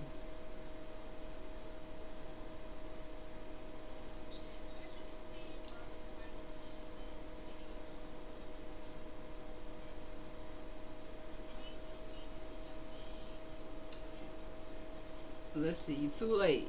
Y'all too late. Too late. Now all y'all blocked. Now I just blocked 4 people on Kick. Like, Kick have so many trolls, guys. Like, the trolls are relentless. They just relentless. But anywho, back to what I was saying. The chat is deactivated for right now, but I'm gonna put it back up. Let me see one thing, guys.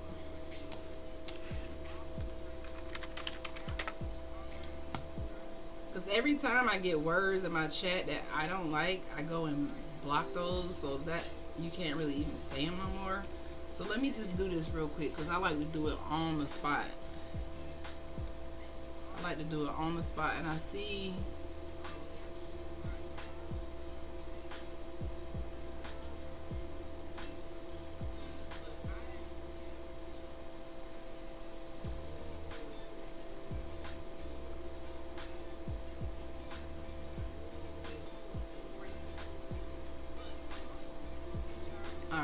see.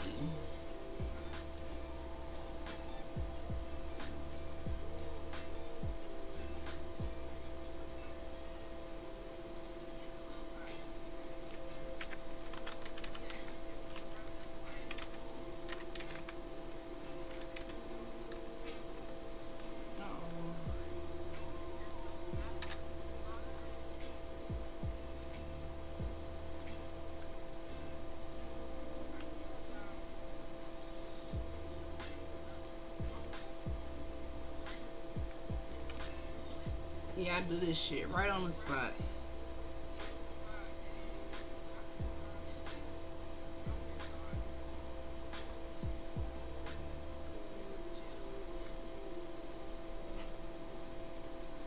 Let's see. One more I need to block.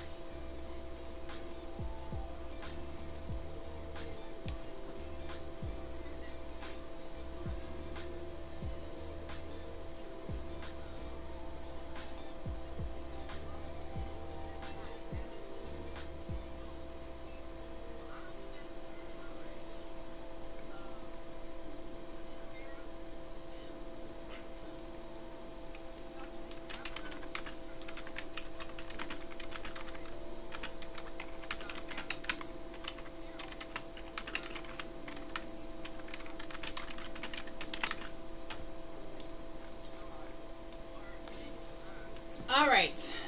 Back to the regular scheduled programs. Where was I?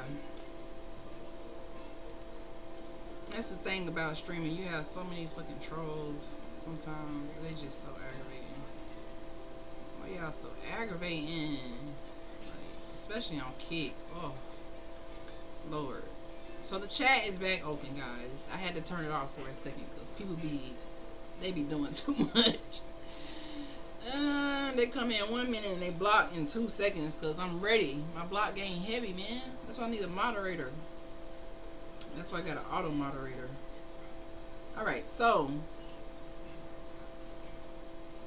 back to what we were talking about. Okay? So compulsory education laws for indigenous people. The U.S. passed laws in the 1800s, 1880s, 1890s requiring all indigenous, Niji, melanated, aka African Americans, to attend federal or missionary schools. That's why we go to school today, because it was mandatory by law. And if the parents, our ancestors, did not send us to school, they could be fined, jailed, rations held, so food, supplies, and sometimes children forcibly removed by Indian agents. Yes. Sound familiar? You know, send your kids to school now. You could be jailed, fined, put in trouble, DCF, or children and family, all these different things. This is where it comes from, compulsory education laws, because if you don't go to school to learn our shit, we locking you up. If you don't go to school and replete this pledge, we're locking you up. Because if you don't do these things, you have a free mind, and we can't let your mind wander. We can't let your mind go astray. So we gotta lock it down early. Alright? So in 1891, there was the Compulsory Attendance Act. The law gave federal Indian agents authority to forcibly remove indigenous children and place them into boarding schools. It was a direct violation of tribal sovereignty and family rights.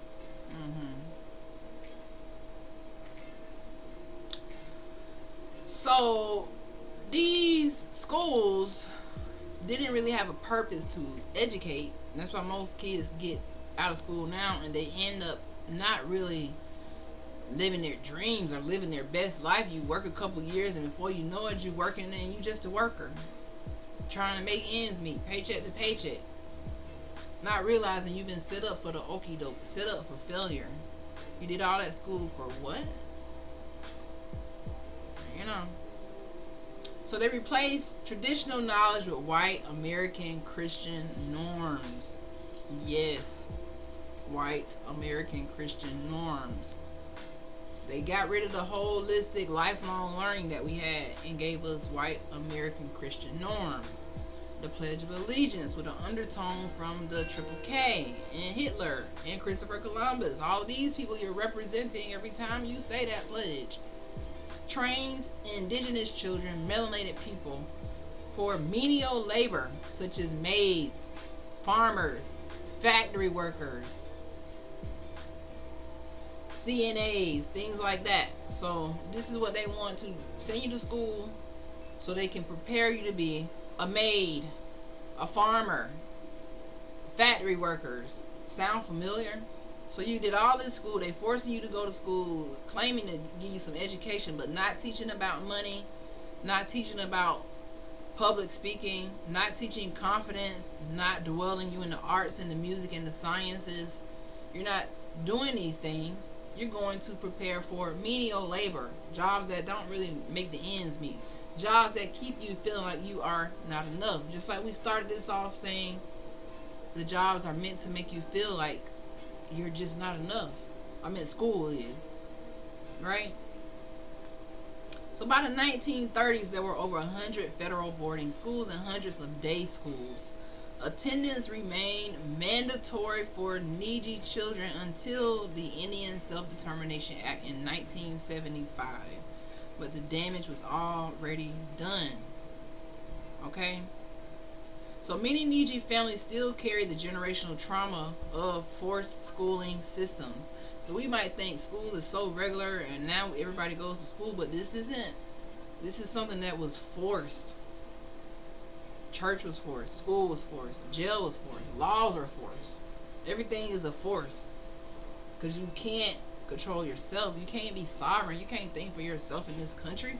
That's why this shit crumbling down. All right. They forced Christianization and loss of ceremonial practices. So really, mandatory school was a weapon. From a Nietzsche standpoint, education was weaponized to break the spirit of sovereign people, to make you feel like you're not sovereign, to make you feel like you was a slave, to make you feel like you came on a boat because they taught you that in school. It was never about learning. It was always about control and erasing who you truly are and colonial dominance. That's what it was about. That's what it was about, guys. So, you know, where do we go from here? Where do we go from here? Where do we go from here?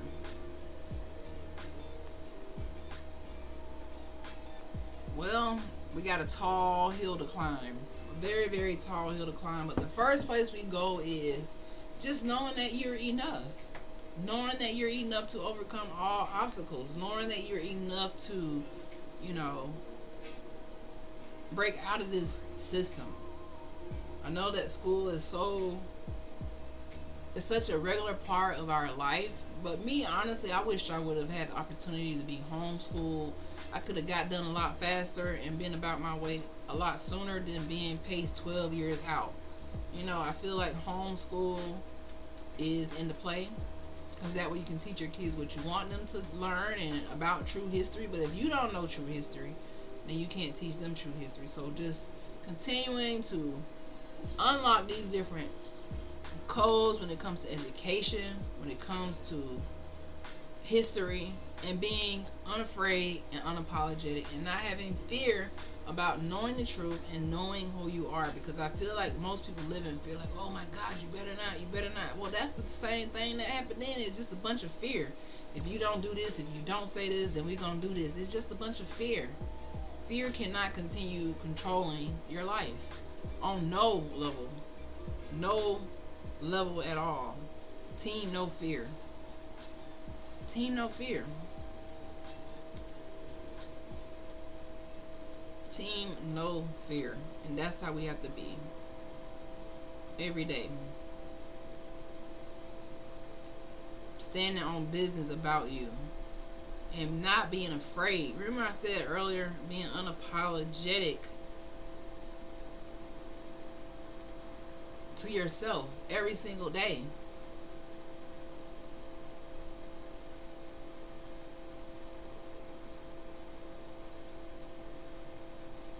Every single day. All right? And never let the enemy tell you who you are. So don't be fooled, guys. Don't be fooled.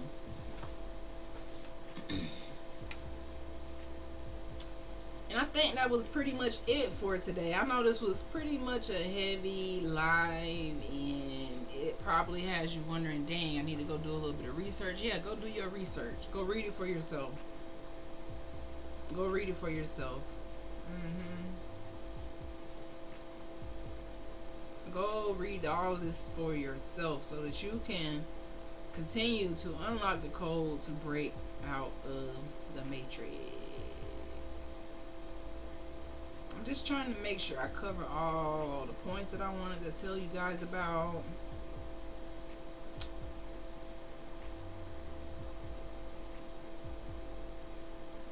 And I think I did cover the points.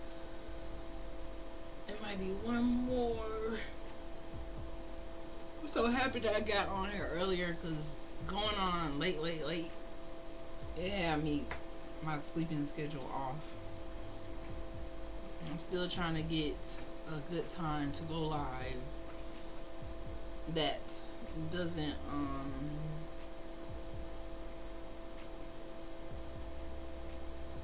mess up my sleep. You know what I mean?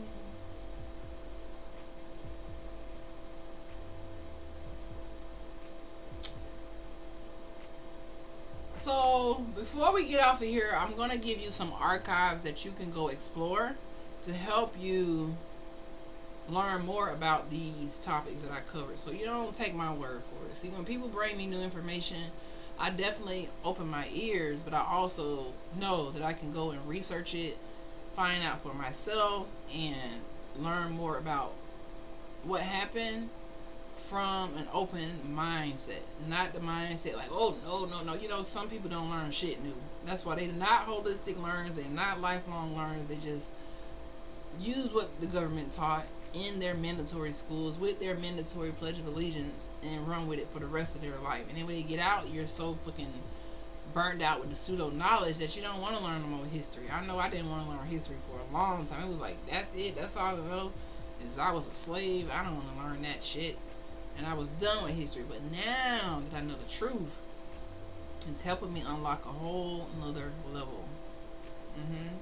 So some archives for you to explore if you don't want to take my word for it, which I don't recommend taking my word. Take your own word, your own research. Explore the National Indian Boarding School Digitized Archive. NIBSD, National Indian Boarding School Digitized Archive. This site includes digitized student files, photographs, and narratives from boarding schools. Some images show individuals historically misclassified as Black Indians or freedmen, but who are actually Niji. Alright? Another place is the NARA, National Archives. BIA records include administrative photos, student case files, correspondence, and journals featuring Niji students with darker complexions. So this information is out here. You just got to know where to get it from.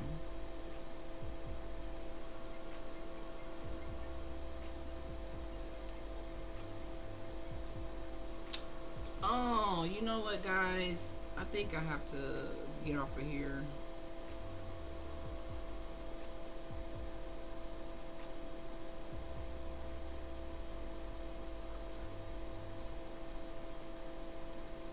Okay, before I get off of here, one more thing.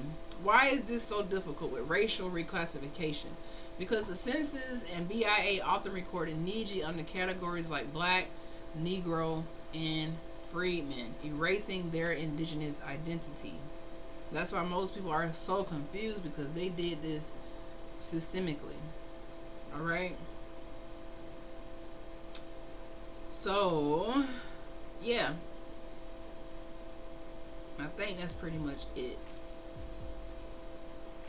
So I'm still on this journey to unlocking these different codes about um, all of these topics on this podcast, because it's so important to break generational curses.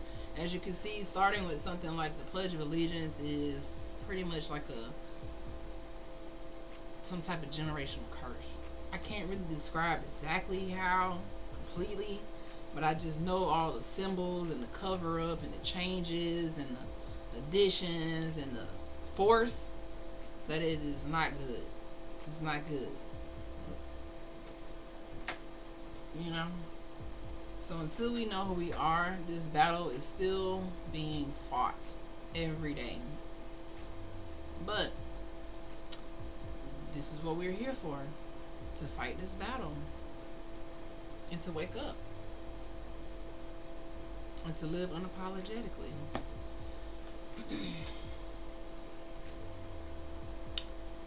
Now, I think I might have to get off of here. Let me just check something really quick. I was gonna do a long stream today, but I might have to end this at the 2-hour mark and come back a little later.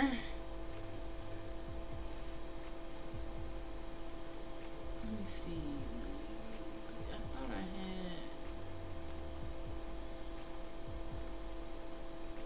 had. Or is that next Friday?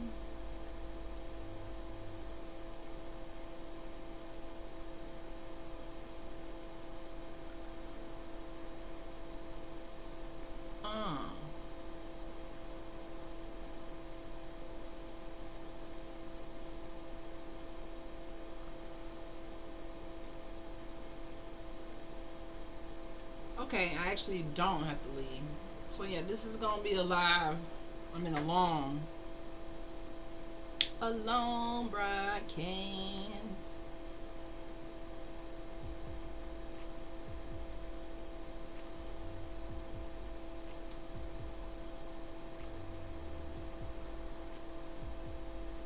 Long broadcast. Long broadcast. Long.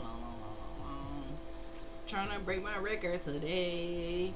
I've only been able to go live for like 2.5 hours, and I kind of tap out. So maybe I could break my record today. Ouch. We shall see if I can keep it moving.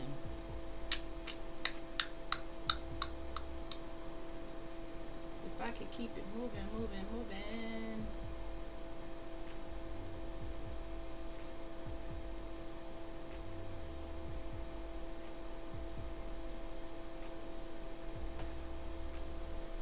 If I could keep it moving.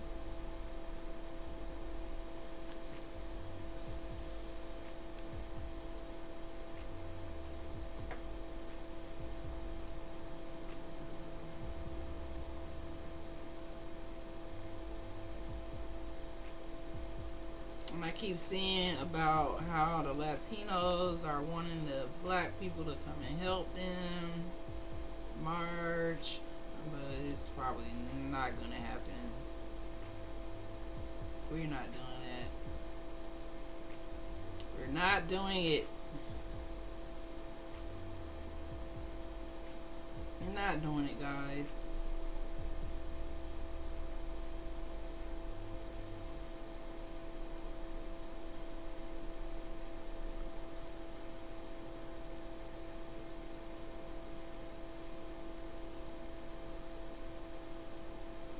Listen, yeah, that's not our problem. We're not protesting ICE. None of that. Not our problem. Do y'all feel like y'all should go out there and march? No, don't do it. Cause you know, once we get out there and we start marching, and the tear gas comes, and the violence comes, and they get ready to have a reason to unalive somebody, and we don't got time for that. Now, I am.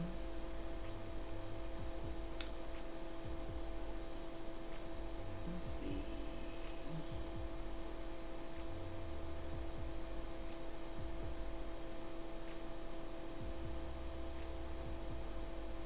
Let's see, let's see, let's see, let's see, let's see, let's see, let's see, let's see, let's see, let's see, let's see.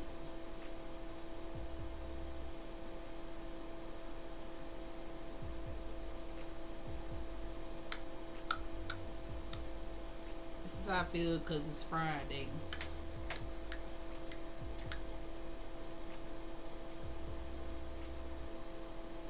That's how I feel. Hey.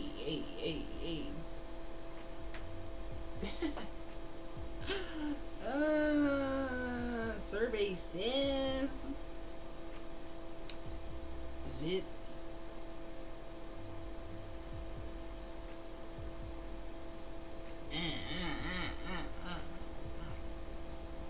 Get it, turkey.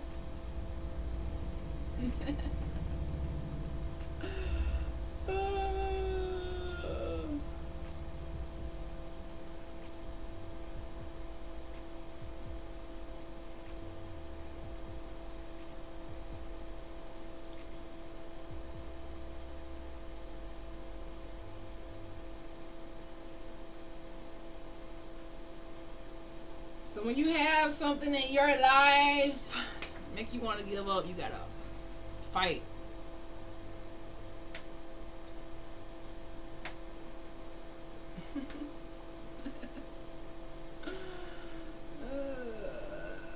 Do my corny dance, cause y'all know I'm corny. It's okay. I like being corny. I like that shit. I like that shit. I like that shit.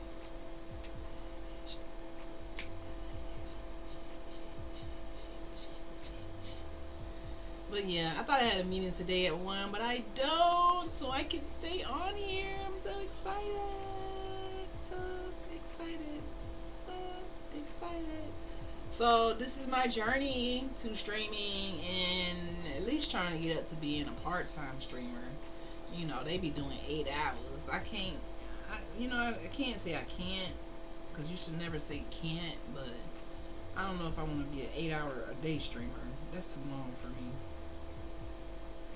That is too long to be on. And I will tell y'all, boys, streaming is hard as fuck. It is. It's one of the hardest things, but you just gotta keep going.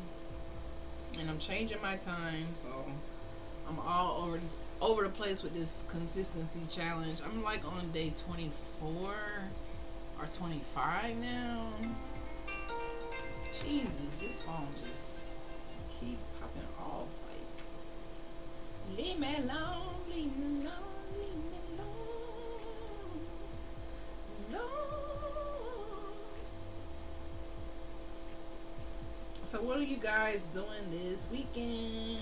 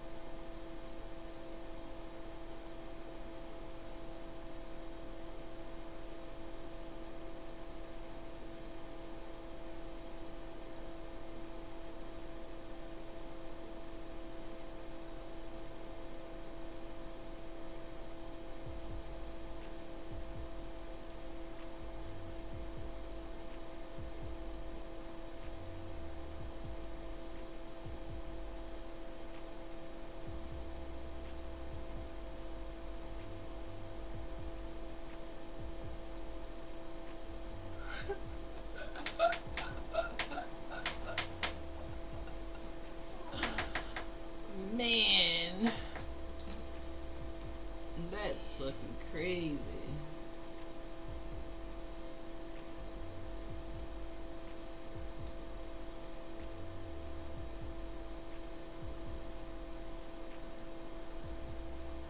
That's crazy. Like, what the hell am I gonna talk about for another hour, y'all? Let me just sit back and relax and try to see. I thought I could have sworn I had a meeting today, but I kind of don't. That's next Friday.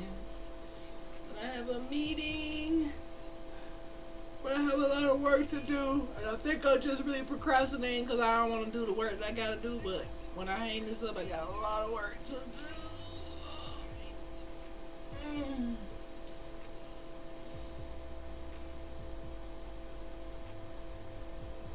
I got work to do.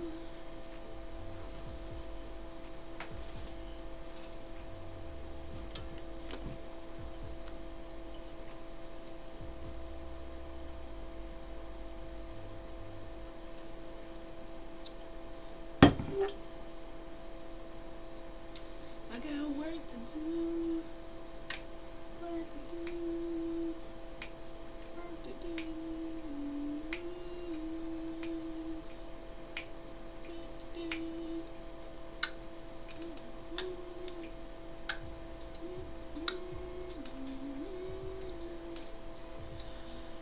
But yeah,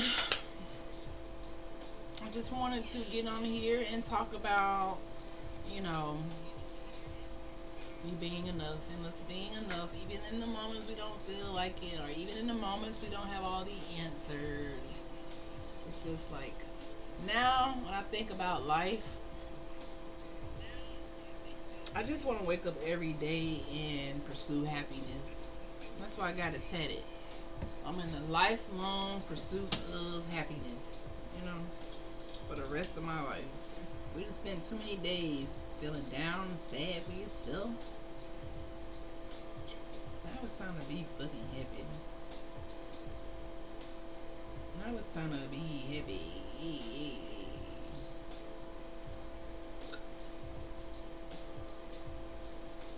Now it's time to be happy.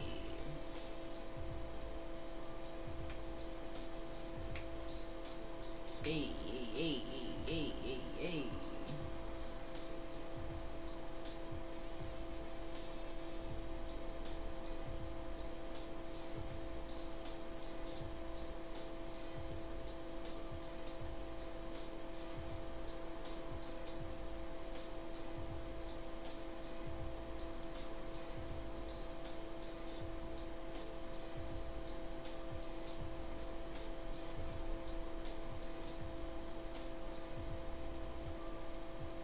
I was trying to be happy.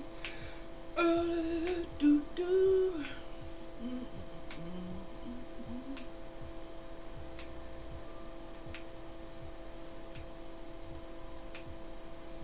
Now it's time to be happy, and I just have so much more life left to live. Like, you know, so much more life. And every year, I get wiser and stronger and more into my purpose, and I love that shit for me. I love that shit for you too, if that's what you want. Those the type of vibes you want. I love that shit for me.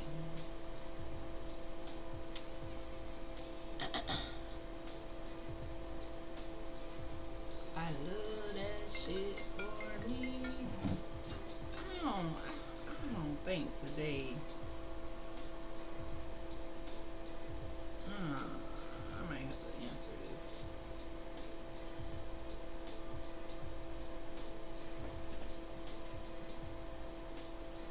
Yeah, man. But the thing about it is, you know,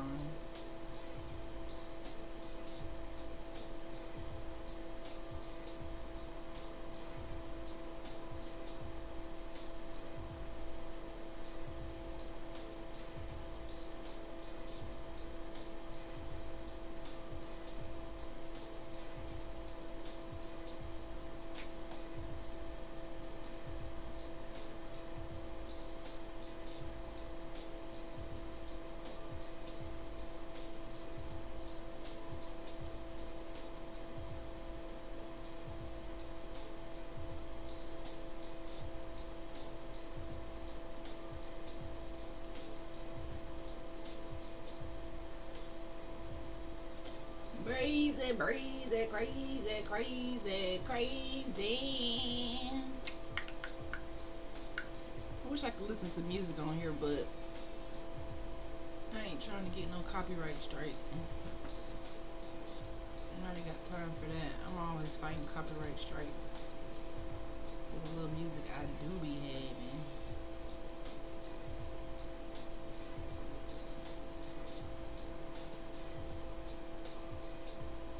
But I do be doing.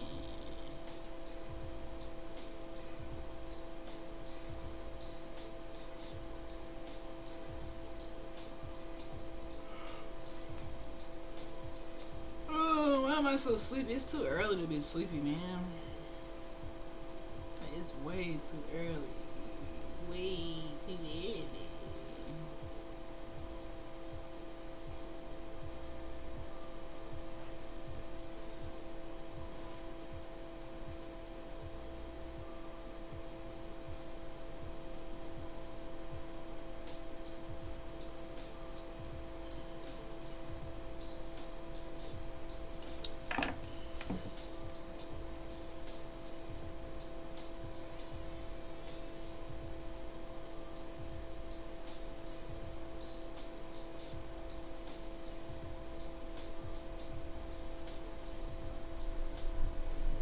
Oh, it look really bright up in there. Do y'all think I'm gonna be able to make it to my goal of 3 hours? Looking a little sketchy, but I'm gonna do it. I just gotta learn how. So this is the next level of streaming that I'm facing. God damn it! Stop. This is the next level of streaming that I'm facing. The longevity of the stream. Because the one thing about, maybe not so much Facebook, I don't really do it for Facebook because Facebook deletes your streams after 30 days anyway. So I just do it for Facebook to see if I can convert my Facebook followers to Twitch, but that has not been successful. So eventually I will have to stop streaming on Facebook and YouTube and only do it on Twitch. But I don't have many people on Twitch, only like 10. But guess what? 10 is better than 0. So now I have a new goal because I met my goal of 10, which is exciting as fuck. Now I gotta go to 50. And it sounds a lot easier than it is. And eventually it will happen. You know. Eventually. But I think I want to get out of the house today and stream IRL, but only on Twitch because it doesn't work for the other apps. What's up? Happy sunrise. Happy 1 o'clock. Look beautiful. Thank you, baby. Can't say that. You can't know that. They can't know that. Why? Who they are? Oh, I'm supposed to be. No, we're supposed to be more about you. So They always be like, who's that guy? Yes, I don't know. So who's that guy? So what we're talking about today? None of your damn business. So what are we talking about? That's that guy right here. You right here. Don't do that. And you right there. Don't do that. This guy be on here all the time. Man, what are we talking about? This guy be here all the time. What are we talking about, chat? I was talking about being more than enough, and I did get into how the school program you with the Pledge of Allegiance. And I can get deep. It got a little deep, but you know. And what else? I'm done being deep now.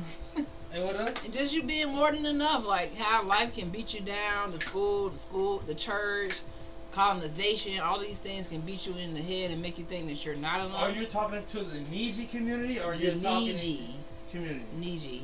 Okay. So Niji focus. So let's break down what the Niji community is so we're clear and we're focused on what the Niji community is, right? Okay. So, starters, we're not excluding nobody, but it's time to include us. There we go. We're not excluding nobody, but it's time to include us. And nobody shouldn't take that personal. People take it personal. But hey, I'm not telling you what to do. Like I said, don't dim your light to fit into no room. Right? And my thing is this: people are going to take it personal. They shouldn't take it personal, because when they have their groups, it's done in secrecy to the point where you can't join because you don't know about it. Private. So we're more open with ours. Now you're going to say, oh, this is racist or this is that. You're going to say what you want to try to discombobulate. To dim your light. To discombobulate the community. You know what I mean? But, so this is to my Niji. So the truth is, all melanated people are Niji. But the line get cut off to the real Nijis when you still believing in theories. Pseudo history. And mythologies. That you haven't broke yet, because we real Nijis know they have learned to be spells. Oh yeah. So it's a lot of generational curses, day-to-day curses, and planet curses that was placed upon the Nijis.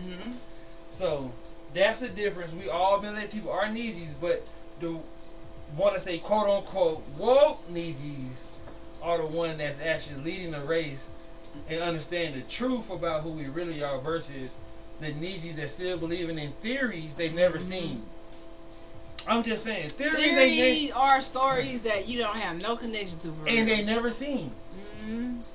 Never seen with your naked eye. You never seen this before. And my thing is this: if another race know about my history more than I do, that's a problem. That's a problem. Jinx. And oh shit. And if the only how, right, you know about my history is through a school book. Ooh, we just talked about that. And you don't know my real grandma? Yeah. That's another problem. That's another form of colonization. And then they're not going to tell you how to go find your grandma in the book, because she's in the book. Matter of fact, she's matter of fact. My grandma was in books. So matter of fact, they are more than in books. They actually in the Smithsonian. In the Smithsonian. And that's the difference. That's the difference. You can go to the Smithsonian, to the archives, we and just talked find about that. your people. So not only, it's the reason why we're probably not in dictionaries in this place, because we are in the Smithsonian. And we've been erased from those places. Because we are ancient beings. That's a whole other conversation. But back to the Niji. That's what this information is for. But all people are welcome to learn and listen. Okay. Now, if you want to debate and be evil and all of that, just know that whatever you throw gonna get thrown back. But if you're here for peace and you just want to learn, because you can't say this is false history when there's evidence all around the world, all around, all in the books, all around the world. Knowledge is information. Information and knowledge is power. And and we're still doing some of the same things that we was banned from to this day. Naturally, dancers, singers, artists, creators, agriculturists, promoters, spiritualists, like, yes, we naturally that shit. I don't want to be all like that, but I get it, because that's really the why truth. Other people feel like they the shit? Why every time we want to hype ourselves? It's always like Let me tell you why. Let me tell you why. We can't do that, but at the same time, people can fly flags. They can do this. They can have pledges. They can do this. They can do that. Let me tell you why. But as soon as we say we the shit, they're like, let me tell you why though. Listen, pipe down. Because I hate to say it like this, but the fakest people are the most patriotic people in the world. True. Because they have to prove something. So when people are already copying us, I don't have to say on the shit. They already know, because they copycats. And for anybody that's hating on that, that's the reason why they're hating. Because they're trying to compete with something. Because they already see us up here. Regardless if they speak on it, regardless they say it, they already know it. You know what I mean? It's one of those lost arts. Yep. It's like, you don't know the nigga who first started basketball, but this shit is good. You get what I'm saying? Stop it. You know what I'm saying? Or you do know, but you don't want to get a claim to the fame, to the name. You dig what I'm trying to say, y'all? So listen, man. Y'all, what? Hey, listen. Y'all welcome to be you can't be a part of the Niji, but you welcome to listen to the Nijis. You know what I mean? And as we come back for our throne. And that's a long story, man. As we return to the throne. So yeah, man, it's a lot going on with the Niji, Turtle Island. You get what I'm saying? And the true nationality of us, the Tamericans. You get what I'm saying? You feel me? That's a whole nother language. Tamericans. Home of the gods. That's what they call this. Homeland of the gods. And so for y'all that don't know, I'm gonna drop a little sauce on y'all. This is a little bit too deep for y'all. But when they was talking about Morocco, they was talking about Americans. They weren't talking about being in North Africa. They were talking about being in America. And then these Americans went to North Africa and taught them civilization, taught them life, because they turned their desert into agriculture lands, planting and plotting seeds and showing them how to grow. They say, oh my God, these are Americans. These people are the land of the gods. And this is written in scripture. So this is something they won't teach in school, because school was to assassinate and assimilate the indigenous Indians of America. Kill the Indian, save the man. School car ally. Kill the Indian. I'm still with that research. I'm still researching that, because I feel like they got a lot of pseudo pictures up. What? When you look up the Carlisle School and all those. I remember the I forgot the guy name. The French guy. Damn it, I forgot his name. The French guy. He spent $7,500 a day to take pictures of all these East Asian, Filipino, Chinese people, and put them in the schools and act like they were us. So they got a lot of propaganda going on to cover up. Bingo, because if you know the truth about this history, when these Indian boarding schools started, it wasn't called Native American because their name wasn't even created yet. So when these Indian schools started, that was like around 1880s, 1860, and it ended in 1930s. Native American name didn't come about till 1960, 1970, 30, 40 years after. So they was not even around when the boarding schools was even started and even when it ended. But that's why their pictures are so late. Because the man bought into it for the propaganda, because they was trying to make them us. Because the whole plot and plan was to steal our name and land. Was that the Renaissance period? Or that's another. That's like a reset type of. You know, when they was starting to like draw all the things over. Let me see, Renaissance. Renaissance period. is more like. Oh, that was earlier. Yeah, that was when they was. Oh, that was a long. That was a while ago. Yeah. Well, you so the Renaissance period was 1300s to the 1600s. That's I said 12. See, it's around that time. But as you know, that's the same time when they was learning, when they already knew about America, because it was being spread upon. After the Dark Ages. So, I think then it was kind of like art exportation, but that's different than what you're talking about. What you mean? The Renaissance period. Renaissance period was when the actual YTs took over and tried to recreate stuff. Bingo. And this when they came with their theories and lies. And this is where the mythology started popping off. You get what I'm saying? The Greek gods and this, words, the spells, the curse. That's when that started popping off. And they learned how to do it through propaganda, through art. Yeah, through cinema, through wordplay, through movies. That's when they learned to start taking, because they stole most of their stuff from the Romans, the Greeks. Because Greek was more. The Greeks stole from the Romans? No. The YT Greeks and Romans stole from the original Greeks and Romans, which were the melanated ones, because there was more the synthetic people. They had arts, comedy, flair. They was really smart with their literature. So the Dark Ages was when they unalived those people. So the Dark Ages is when they hid. The Dark Ages is when they hid the knowledge from the people. So they don't have the light anymore. So they came out and recreated with the Renaissance. The wheel.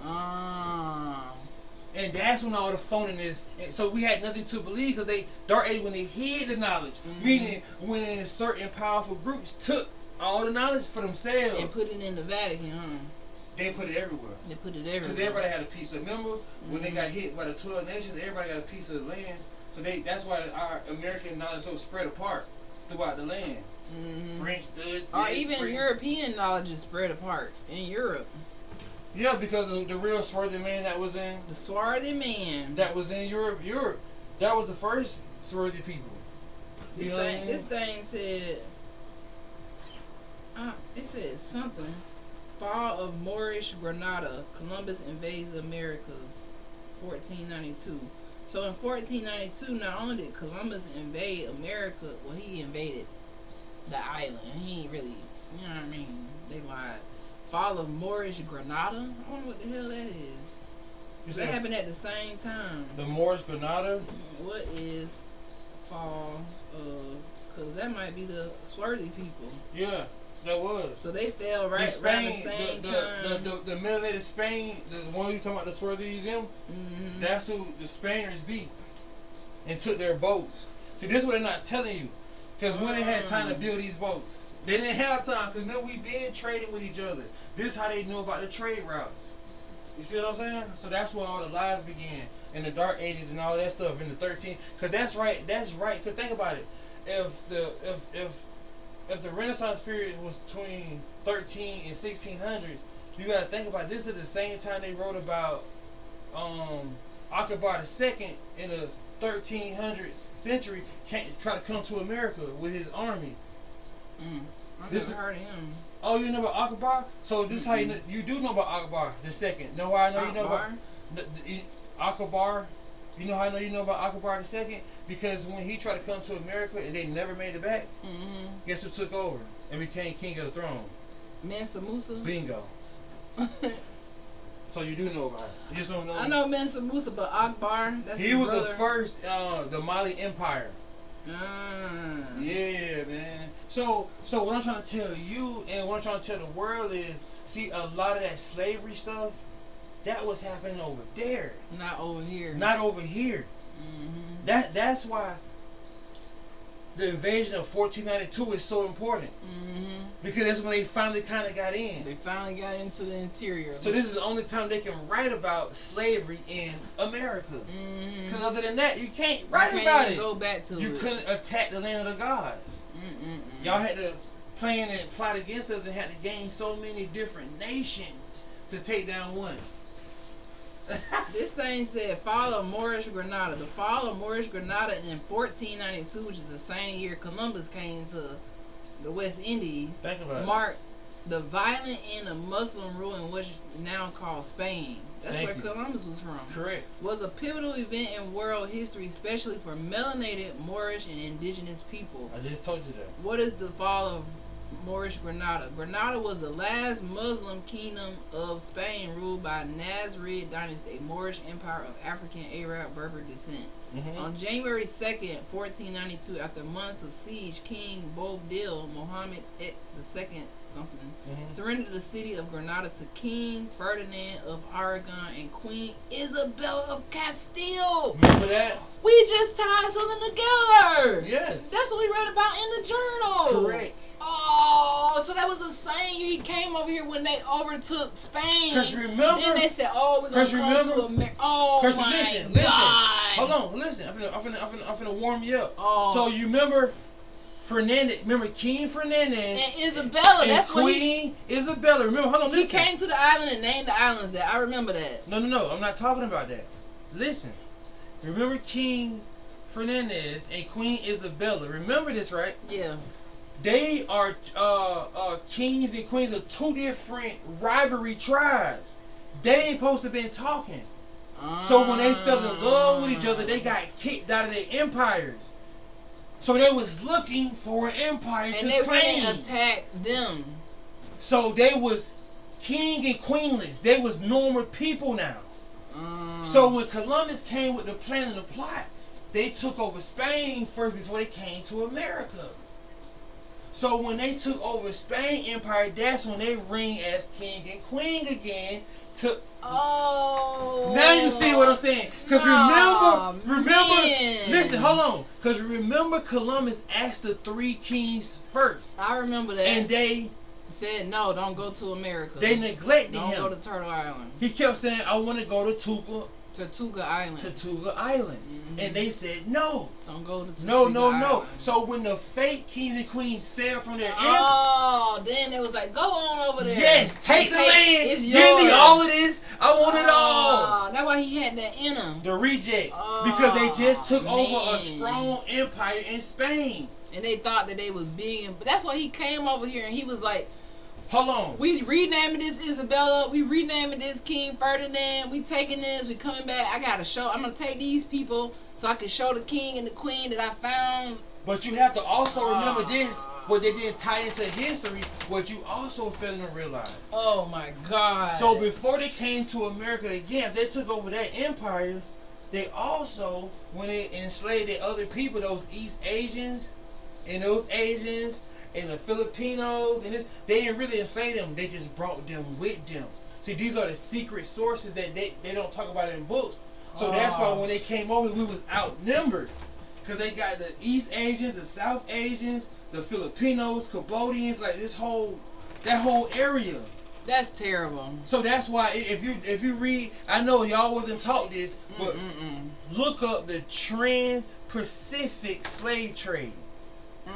And it was the Spaniards again who captured these people and brought them to America. Trans-Pacific, not Atlantic. And it's the same year as the Atlantic slave trade. Make that make sense. How many boats can be out there? How many boats? How many sailors? My thing is, it's crazy how we just connected that though. I already know this. No, I'm talking about the Moorish Granada. Like that's the same year that Columbus came. But I told you and that was the same time that they overtook Spain from the melanated copper tone indigenous people. Because you know what? So they people was going all around just stealing it. Yes. Oh my. So you know what people are forgetting? You know what people are forgetting?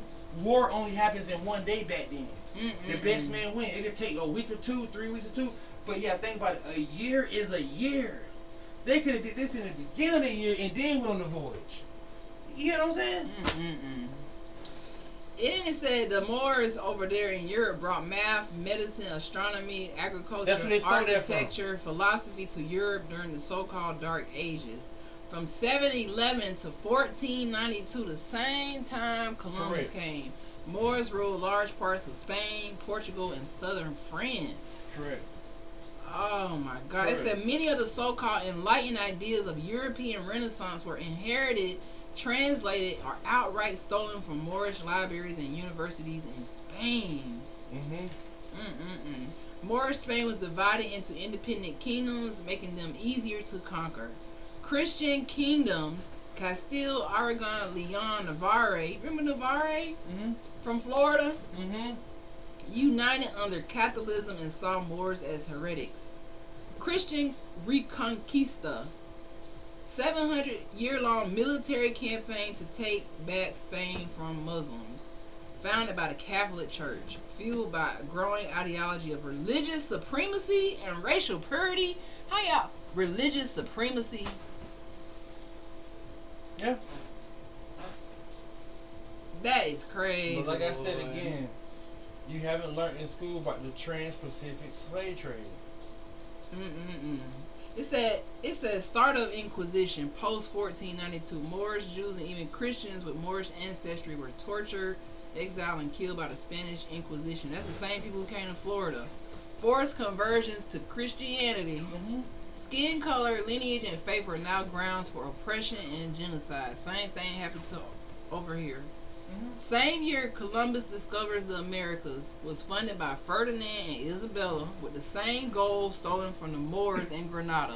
So they used the gold from those melanated people over there in Granada to come over here and... Because they had to fake like they was trading, man. You gotta understand what they was doing. It said the fall of Granada directly funded the invasion of Turtle Island, tying the fates of Moors and Niji people together. Birth of white supremacy. 1492 was the racial pivot point. Purity of blood Limpieza de sangre laws emerged in Spain. The idea that black, Moorish, or indigenous blood was impure became law in Europe and the colonies. Mm-hmm. Damn, I wasn't expecting that little piece of meat right there. I don't know if we went too deep on this thing, but it don't matter. I'm 1000% Niji. Like I understand. I don't feel like it's not about that. I'm not saying anything. Just get it. Just I understand, but yeah. And I know. I understand. But yeah, you can't get too deep about the truth in history. Like, no, I ain't saying like that. Like, it's the truth. The truth. It's just the truth is the truth. Like, the truth hurts. People don't like to hear the truth. It's just the truth. Like, to tie that together, even it's just like, what the fuck? I thought you knew that, but I knew this already. No, but I didn't know. I didn't tie 1492 as the year that. But this is the melanated people got conquered and their gold got stolen as the same year that he stole. So when we was reading the Columbus Journal, we was like, damn, where he get them boats from? He got it from them. I just told you that on here. They didn't build anything. They stole everything. Because we was already in trade routes. This is how they knew about the Americas. You can't discover something you already knew about. You can't discover something when you're getting all this gold and food and crops from. You get what I'm saying? They knew America was the motherland. That's crazy. They knew this already. That is crazy. There's no discovery. Yeah, they stole all the astronomy. Remember, I was like, they got those maps from someone. Now, that's crazy. Benjamin Banneker wrote the Almanac. Mm-hmm. And this is a black Niji brother from America, Tamerica. He wrote the Almanac. You can only write the Almanac because it's about the land, the astronomy. It's about everything about America. You can't write the Almanac if you're not from America. From here, yeah. That's why he wrote it, because nobody else couldn't write it. These are immigrants. You gotta remember, these are invaders. These not indigenous people. And then this is what kills me. When people say he discovered something, but the first war that ever happened was in 1492 again against the Spaniards and the Aztecs. Look that up. When they first came over here in America, these are Indians. Another war popped off. These men, they were just going around everywhere warring. Everywhere, like, that is crazy. Look it up. Spaniards versus the Aztecs. What year that was? 1492. That's a lot of years, boy. That's a lot of years. 1492 was. Come on now. How they fought that many times in 1492? Nah, the Spanish versus Aztecs, it said 1519 and 1521. Nah, that's not the right. It's 1492. That's the Spanish versus Aztec clash was one of the most pivotal and brutal moments in history, not just for Mexico, but the entire indigenous world, including Niji. It was the beginning of global colonization by Europe using deception, religion, warfare, and disease as weapons. You gotta think about it. When they first got over here, they had the war. Oh, it's in 1519, Spanish conquistador Hernan Cortez arrives in what is now Mexico. No, it's 1492. 1520, massacre of unarmed Aztecs during religious ceremony at the Great Temple. 1521, after siege and warfare, Tenochtitlan falls, ending the Aztec Empire. The first war was 1492. What about? Well, because we met them at the coast. Because if you think about it, it was just melanated people over here at the time. It says, so I put it in again. I said, what about the Aztec War in 1492? Because it obviously wanted to skip over that. Correct. Because they're trying to leave you out of history. Right. It tried to give us. You gotta be smart. I'm smarter than AI. You gotta be smarter than AI. It said, great question, one that exposes a huge gap in colonial storytelling. Bingo. See, I'm a genius. While 1492 is widely taught as the year Columbus discovered Americas, people forget 1492 was also a year of war, expansion, and high military activity for the Aztec Empire. I'm just telling you, I'm smart. Long before the Spanish arrived in force. Let's break down what happened in the Aztec world in 1492, especially militarily, and why it's deeply important. What was the Aztec Empire doing in 1492? In 1492, the Aztec Empire, Mexico Triple Alliance, was at its peak of power. actively expanding through conquest and tribute wars and building alliances and crushing rebellions to tighten control over Mesoamerica.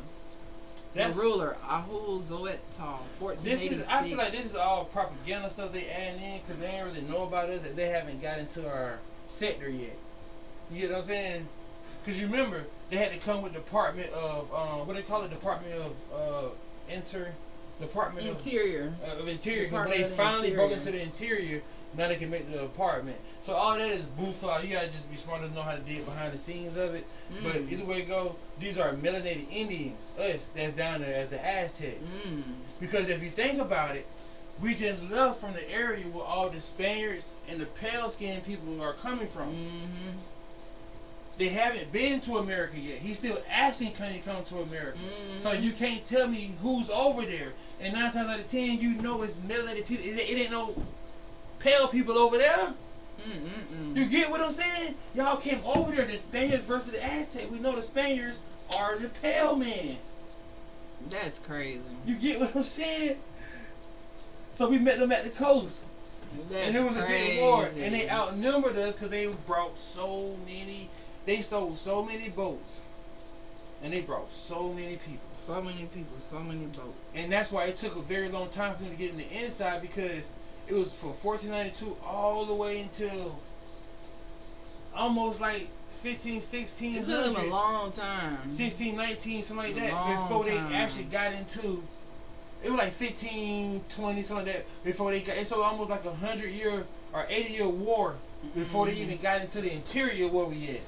Because I know, let's see, when did first invaders arrive on, because we read these journals on coast of Florida.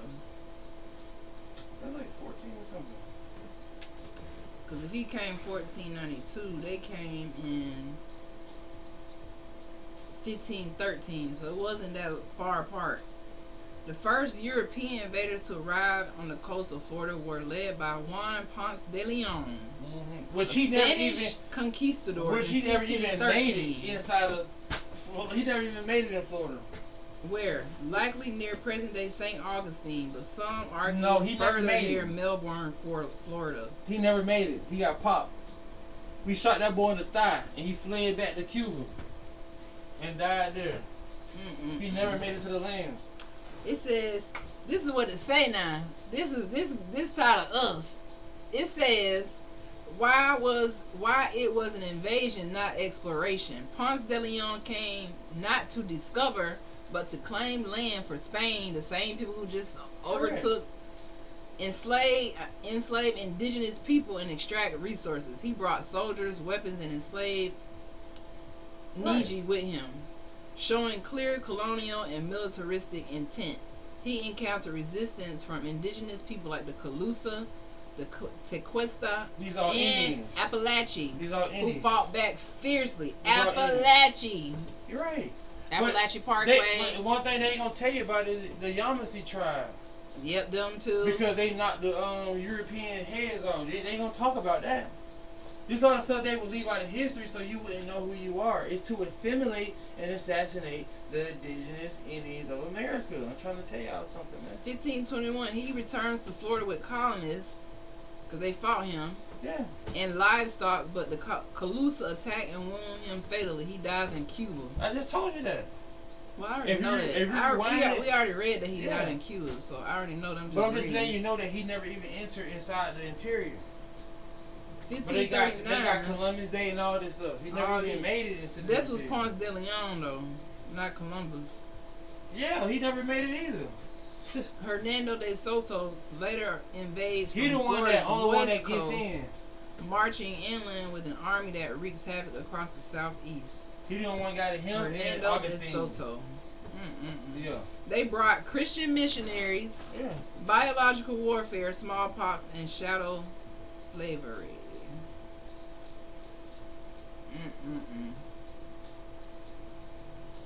That went kind of deep. So this is what I'm finna what tell you. What the fuck? No, so listen. So this is what it tells you, right? I'm finna narrow it down and we done for just 1 minute. So this is what it tells you. That first off, you can't discover a land when you first got to it. It was war. Mm-hmm. So you left that out the history books, right? Mm-hmm. Checkmate, right? Secondly, it also said you brought military, soldiers, and guns and ammunition, not slaves. They said they brought some of those Moors people that they in Because these but are that the wasn't people, a lot of people. But these are the ones they brought them to fight with them, not No. They brought them to show them the route how to get here. Oh. Because we was already in trade routes with the Moorish community, with everybody around them. They already knew who we was. They kidnapped them people. So they kidnapped them to show them what we were. And they tried to say we all was that and we wasn't. Once they actually, you know what I mean? But what I'm trying to tell you is, they said that it was 450 slaves tied to the bottom of a boat. Nah. Did you hear anything about that? No. So this is what I'm trying to tell you. So if there was war from 1492 all the way into the 1600s, when they brought somebody on the boat? Because they was at war from the beginning. There was war for 250 years. So when they ever brought somebody on the boat? See, these are the theories and lies that they had to teach in school, because you know what it's doing again? To assimilate and assassinate the indigenous Indians of America. And if you don't believe me, I got a document that shows you how they broke down the Indians by calling them Negroes.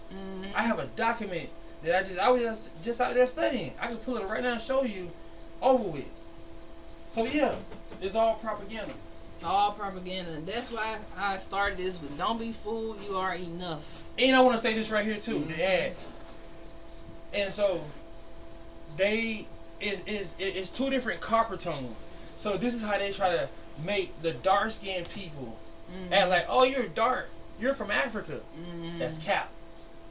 Because no color can tell you where you're from. Because if that's the truth, then if you pale skin, you're from the caves, because that's where the sun is not at. Now you want me to say that? Because that could be very true. But what I'm saying is this. If you go back and you look up Hank, the mascot of the Cleveland Indians, Hemp, you see how dark. So it's two different copper tones. It's dark copper tone and it's brown copper tone. Or you can just say copper tone. So these are the two different types of Indians. And the further you go looking back for Indians, the darker they get. So how you gonna tell me I'm not an Indian? That means I'm way more than an Indian than you ever thought I was. I think that's the biggest. That's why it's called "Don't Be Fooled, You Are Enough," because they have that's tricked us to thinking that the dark is not Indian. So when people hear that, they be like, "Oh, just shut up." No, motherfucker, you just don't know history. Correct. That's the whole trick of the whole shit. Correct. Is if that wasn't it, then it wouldn't be no such thing as it's colorism. Colorism, but it's another word that I've been seeing. Like it wouldn't be no such thing as I'm having a brain fart. If that was the case, what is the word I'm looking for? It wouldn't be no such thing as racism. Not racism. Prejudice. Not prejudice. Dang, 'cause I was thinking about something else, but I know what you're talking about. Then what is the word? Because this is what they use. Propaganda, trickery, I don't know, subliminal, I don't know. Now I'm about to find it in a minute. That's what we was talking about earlier. This is what they used when they created not the racial class, but damn it, where is it? We just talked about it. But yeah, that's the whole point of them trying to reclaim the Racial Integrity Act. That's the Racial purity, I think, is what I'm looking for. Oh yeah, it could be that. Yeah. Oh, religious supremacy and racial purity. That's where that whole thing came from. They had to say, "Oh, if you're this color, then you're not pure." How y'all get that? Like, the math ain't mathing. Where do we get this from? It's all lies. So that's why there's the biggest lie to say dark-skinned people aren't racially pure. That was the whole point. Like, what does that mean? That's their whole point of making a lie to say out of Africa, because they already knew Spain over there, that basically is Africa. Yeah, and they knew that it's ran over by black people. Mm-hmm. So we can say these black people from over here. Right. And that's how we can take their land by stealing their names, because you only can steal their names to tie it to the land. Because else how you going to tie it to the land? That's why they can't own the land now, and that's why they made it a corporation. See, that's a whole other conversation. Legislation and corporation. That's a whole other conversation. Religious supremacy. Boy, that's a new one. Yeah. That's so this crazy. is why, and this is a whole other conversation, but this whole nother. But watch this though. This is what's going to open you up. This is why the Constitution was made. Yep. In the 1600s, right? To protect all of their lives, what they was doing, and to use it against us, to strip our names, steal our names, do the Homestead Act, do the squatter thing, giving all the people our land and grants. Like, this is when they came with the whole shebang. The Louisiana Purchase. This is when they came up with laws. This is when laws was created against the indigenous people. Because remember, they didn't even want to call us citizens. They was calling us 3/5 of a citizen. You know what I mean? Then that's when they came up with the fake birthrights, citizenship.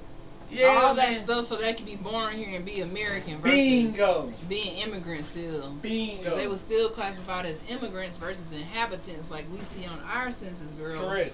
We're listed as inhabitants, not immigrants. As the original inhabitants. Yeah. So the Constitution was created in 1787 during the Constitutional Convention in Philadelphia, Pennsylvania. With George Washington. 1787. My ancestors was not even under this shit. Our census go back way before this. That's kind of crazy. That my ancestors don't know nothing about no damn Constitution. That is crazy. But this is all the stuff basically what I'm trying to tell you is what they don't put in school. Because you got to remember, these schools were boarding schools turned public schools. So that's why the whole Independence Day, all this stuff was the rise of the immigrants. That's what y'all failing to realize.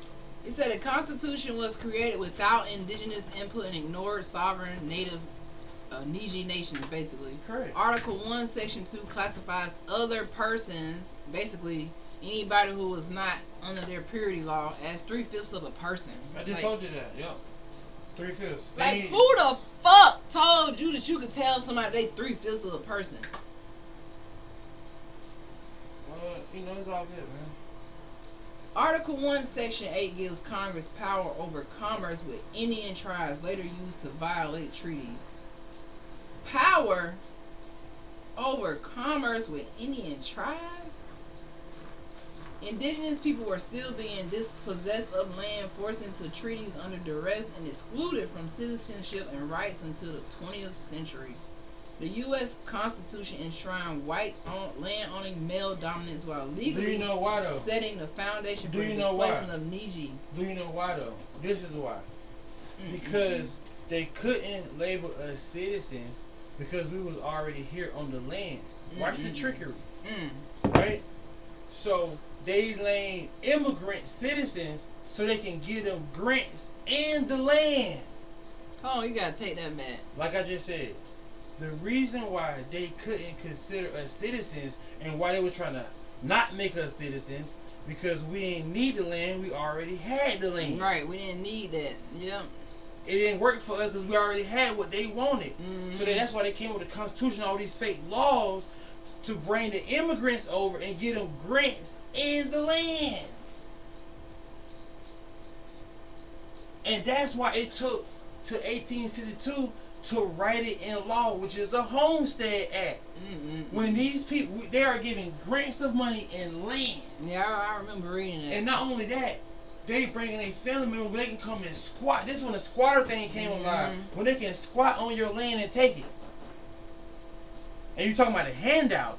And talking about working hard. And you talking about a handout. And y'all talking about black people need to lift themselves by their own scrap boots.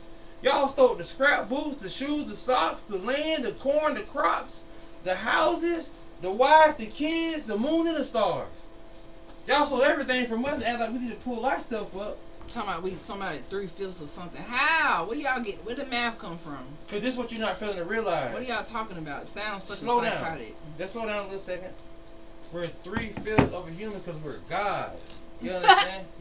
So just chill out for a second. You know what I mean? Yeah. Cause we don't act all that. That's low vibrational. that's ratchet. We more like we stand on business. We ain't gotta prove to them. We too enlightening for that. Like we too dope. If you wanna cut, you wanna do your thing, do your thing. But just know that we you know what I mean? we big stepping over that. That's just my streamer vibe. That low vibrational, man. We high vibrational, man. That's fucking crazy. But we ain't supposed to drop this much knowledge on this screen like that, for real. That's too much. That's too heavy. I don't know. That's too much in one time, one spot. It's alright. That's too much though. In one time, in one spot. Somebody needed to hear this because they was feeling like they wasn't enough. They was being fooled, tricked out their spot. So this was for you. I don't know who you are, but you needed this.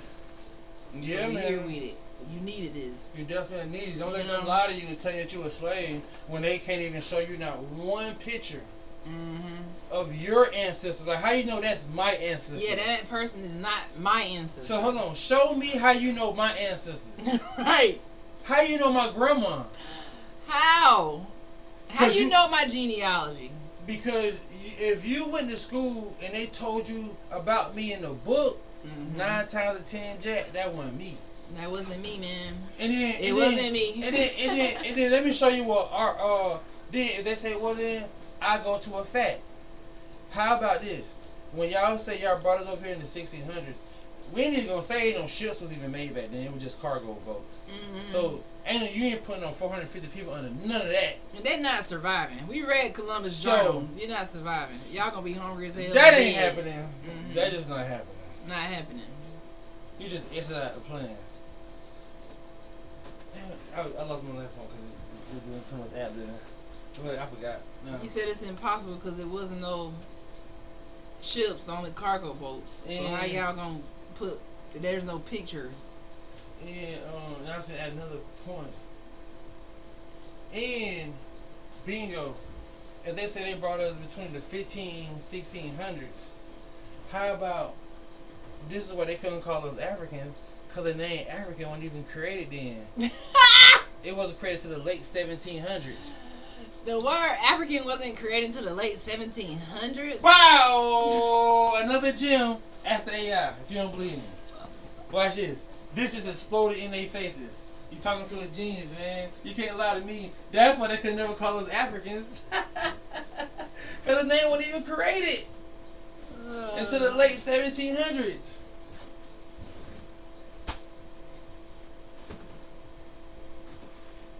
The name came about when the Romans fought against Ethiopia and won back then, but it was just to the Roman people that took over, the YTs. It gave me so much stuff. Just say when was the term of Africa created? Because it's going to tell about the Roman and the Punic War or two, about the Roman Empire and all that. It says summary of the timeline. Pre-100 BCE, Africa equals small Roman province near Carthage, Africa. That's when they fought against the Parthians. 1 through 5th century CE, African meant a North African Roman subject. That's a Caucasian person, right? What the hell? 1400 to 1600s, African used by Europeans to label enslaved people from diverse nations. How y'all 1800 to 1900s used globally to racialize, denationalize, and legally code black people? Hell no. Today still in use, but many are reclaiming original tribal identities instead. Wow. But you just put in what year? I did that. That's what it gave. I don't know what that telling me. But the year was in the late 1700s is when the name Africans came about.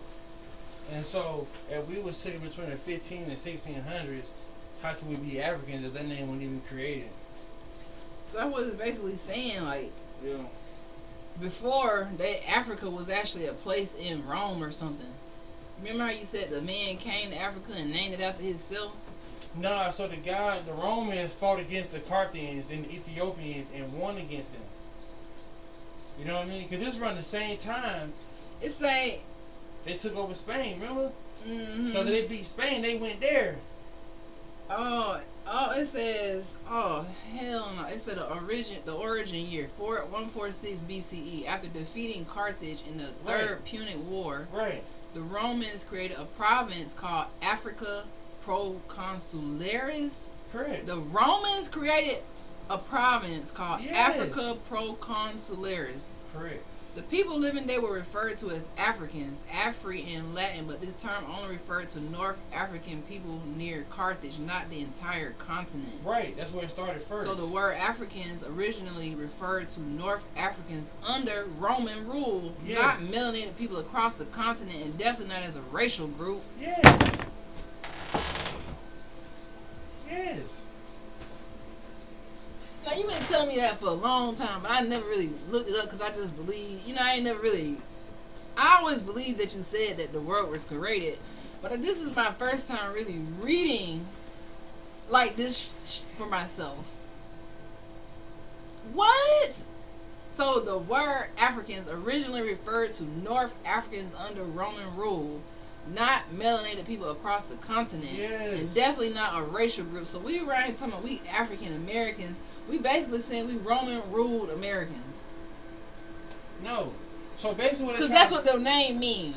So basically, what I'm trying to tell you is, so basically, what it's saying is this: there's no way we can be African because it has nothing to do with us. Nothing to do with us. So when the Romans beat Carthage in the Second Punic War, the Ethiopians, the Carthaginians, because they was Ethiopians, named them Africa. That's what I'm saying. That's what it just said. Correct. Like, when they named them African, so whatever the land that he just took over, he named it Africa. He named that African. And that's what it say next. And everybody that was under his empire was named Africans. Oh, so the first Africans was the YT. Yes. I don't get how people don't get this. Hold on, stop. Because the Afrikaners just got sent over this year by Trump. And then what color they? YTs, right? People don't know their history, man. Definitely don't know the history because I'm just baffled right now. So boom. After he took over it, so then it goes to show you what they did. They was getting bigger groups and they went over and took over the whole land. That's why everybody became Africans. So then that's when they came with the whole lie in the story. So late. Oh, we can just say these people are from African. So we're not. So watch this. So now we can tie them into slaves. Because that's what was going over there. Because this is the only how they can be slaves. Because we can't say they were slaves in America because we never been over there. We never broke into it yet. We still in Africa doing this shit. Bingo.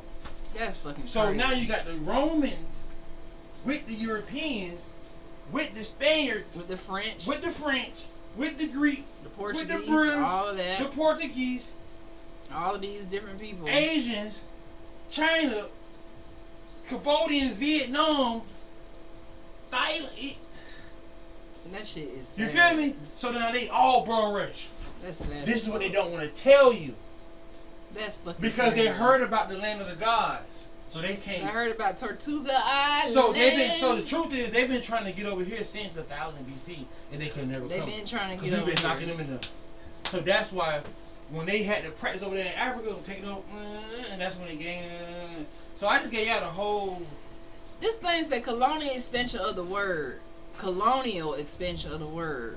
During the 1400s to 1500s, this is around Columbus time, European slave traders, especially Portuguese and Spanish, which was Columbus, began using African to label all black people from the continent of Africa, regardless of ethnic or national background. In the 1600s, the word African became common in European laws, slave records, and Christian texts to refer to enslaved people. Remember I just told you that? In European laws. Remember I just told you that? 1700s? That's when it became known national wise. And as you're trying to see, but what you're failing to realize, these after the fact, these people that took over these lands and made it and created a civilization means slavery. So anytime people talk about civilizations, it's connected to slavery.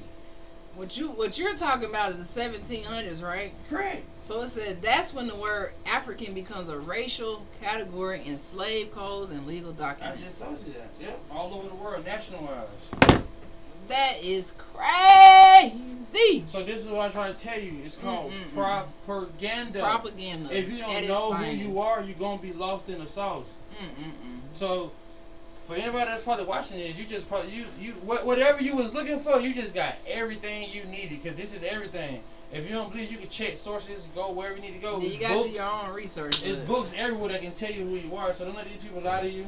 Don't be fooled. You are more than enough. You are it. So yeah. Oh my goodness, I've just learned a lot. I feel like I've been in class. Yeah, man. Cause I always could never connect a couple of these pieces, but it's like it's just a puzzle. Just debunk God. Oh my God, Chief Debunk God. Yeah, man. They can't play with me, man. Like, who's that guy? They will never know. You don't even know. Just know, I'm a master historian. I'm the one that they scared to talk about, because I make all them look fake, because they just, with the pseudo stuff, I can debunk everything they talking about. Yeah, man. You just got checked in, man. So if you don't know, if you are melanated in America right now, that means you was always here. Always. I want you to know that. Some people came over later on from like stuff like that from that land, which is the real name of that. They would know where they from because they never lost their accent. Mm-hmm. You can still hear their accent to this day. Mm-hmm. Come on. Oh my goodness. You can still hear it. You can't. One thing, and that's one thing I studied too. You got to study etymology, which is a study of words and how historically it changed. Mm-hmm. Then you got to understand linguistics. Etymology, linguistics, and dialect. This is what you have to understand. And once you put that together with science, and you can break that down between bullshit and the truth, and what they was sent to tell you, which is called propaganda, spells, and lies. Because guess what they did? It's called the Dark Ages. They hid the knowledge. And gave you the bullshit, and they called it school. It's ironic how King James wrote the Bible around the same time. They invaded America. It's ironic. I just told you that. And it's ironic He invaded, everything is Christianity. He invaded in 1607. He revised the Bible in 1611. 1611. And then they made the Bible mandatory in school. And guess what?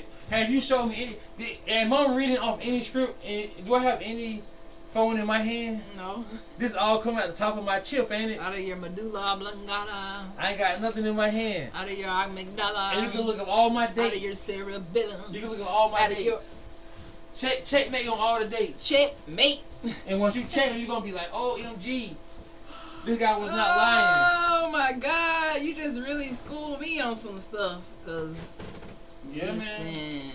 Yeah, man. And we read the Christopher Columbus Journal, so I'm familiar with those words. That's why knowledge is power, because the more you learn, the more you grow. Yeah. So because we read that last year, I was easily able to tie that with everything we just learned today, because I'm like, what the? This is just what we read.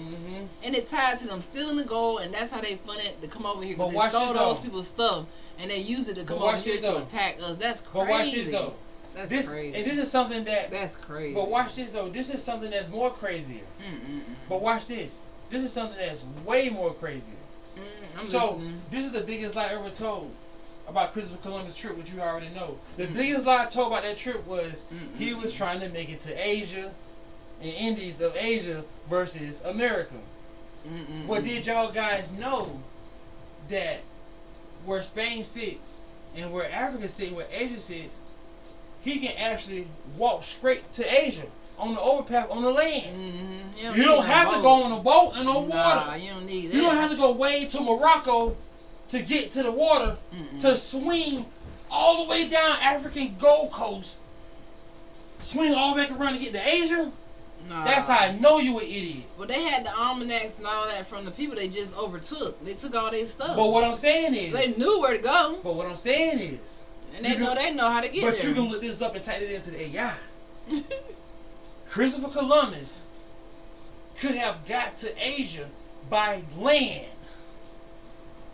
Yeah, he was already in Asia pretty much. Because Spain is right here. Morocco, Africa, that's Egypt.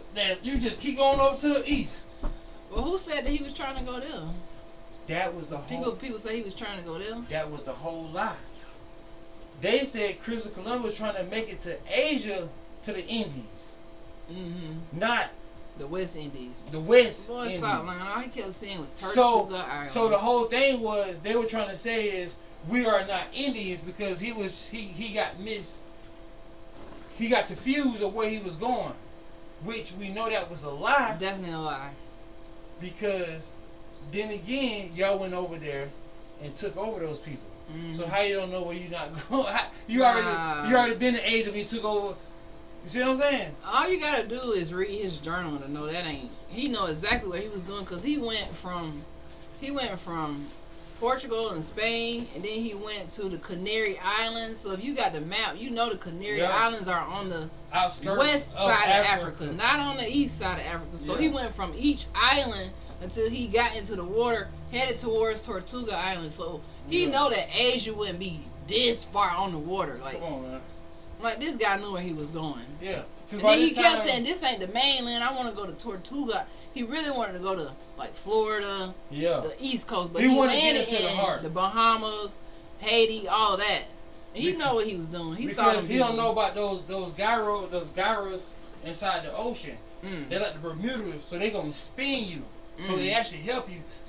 So when he came, he wanted to come to Florida, but when he got inside that gyro, he led him to the islands. It spit him, sent him right down to the islands. Yeah, man.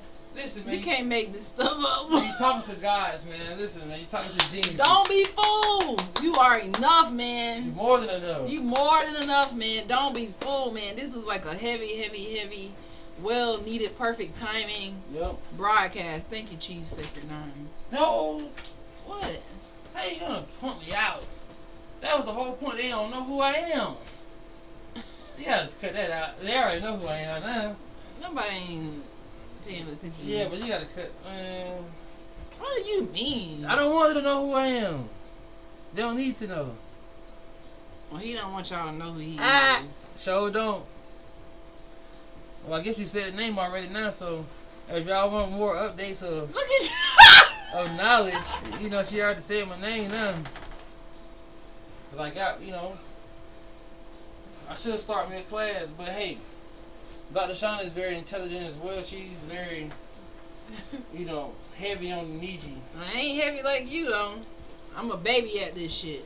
At the end of the day, and I grow every day. That's exactly what I'm talking about. Every day. And the fact that you saying you a baby of the stuff is the fact that you accept it and know who you are is bigger than life. Yeah, I'm a baby. Because most babies learn faster than most adults.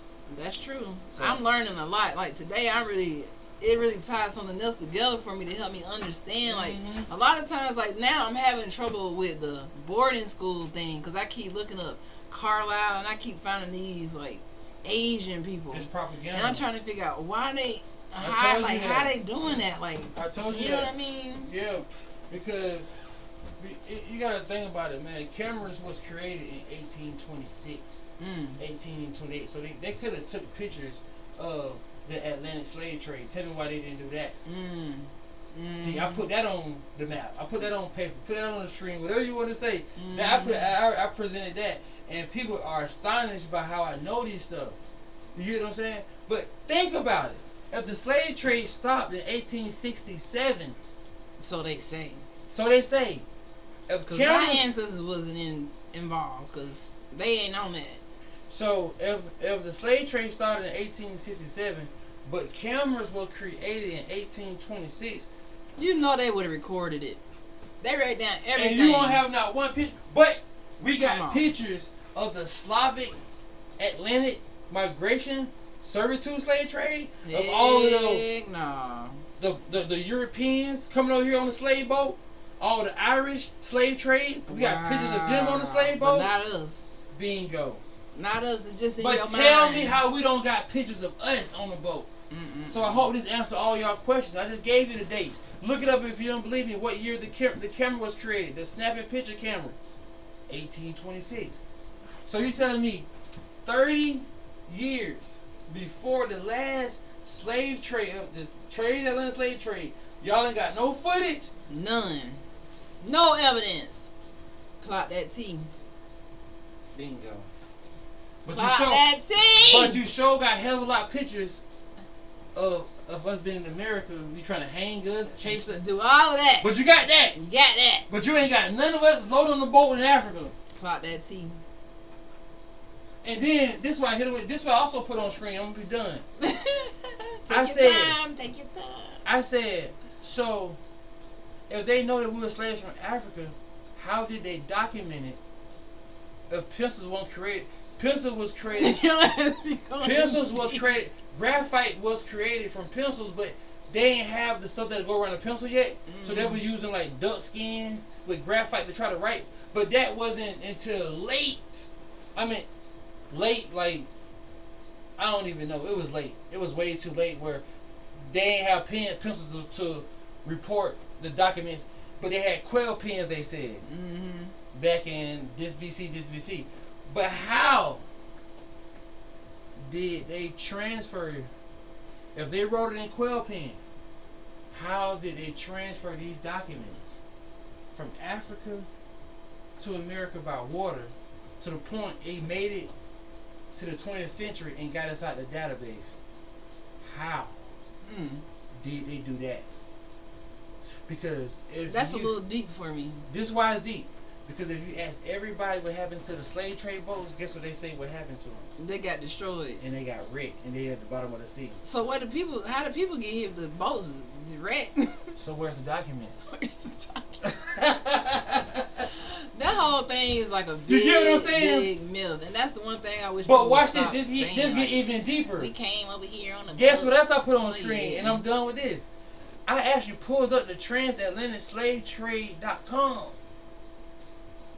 And it clearly says there was no slave trades in the 1600s coming to North America, like none whatsoever. And I put that on paper. It says zero. From the 14, 15, 16, 1700, it's all zeroed out. Then it say a couple thousand came to the Caribbeans. But that's way later. And this is on transatlanticslavetrade.com. Look it up. In my head, I don't even really need so much proof. The genealogy unlocked it for me. Oh yeah, we done with that. Because when you go to the genealogy and you tracing your people connected to you, and you see this shit on paper, and you like, dang, my ancestors was here in the 17, 16, but they wasn't on no boat. They wasn't involved with this. But watch this. Like, why y'all lying? For you to even say you have a genealogy in America, is it already done? You already killed the game. I'm already inhabitant here. Because you know why? Smithsonian is the historical evidence of the people, indigenous people of the land. So your family's in the National Archives in the Smithsonian. That's crazy.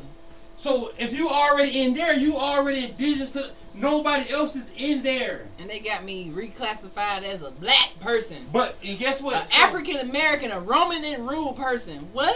Don't even make sense. Had nothing to do with that war in Africa. And now you got it where I can't even unlock myself out of this identity, because you go here, they like, what? Because they owe us too much money. Man. The land, the gold, the money, all of this is all, yeah. This is going to get bad for America in the future. Yeah. They got a heavy pill to swallow. And the thing is that I never even spilled this much on my page by talking. It's only by word. So they actually get the voice behind it now, so it's crazy.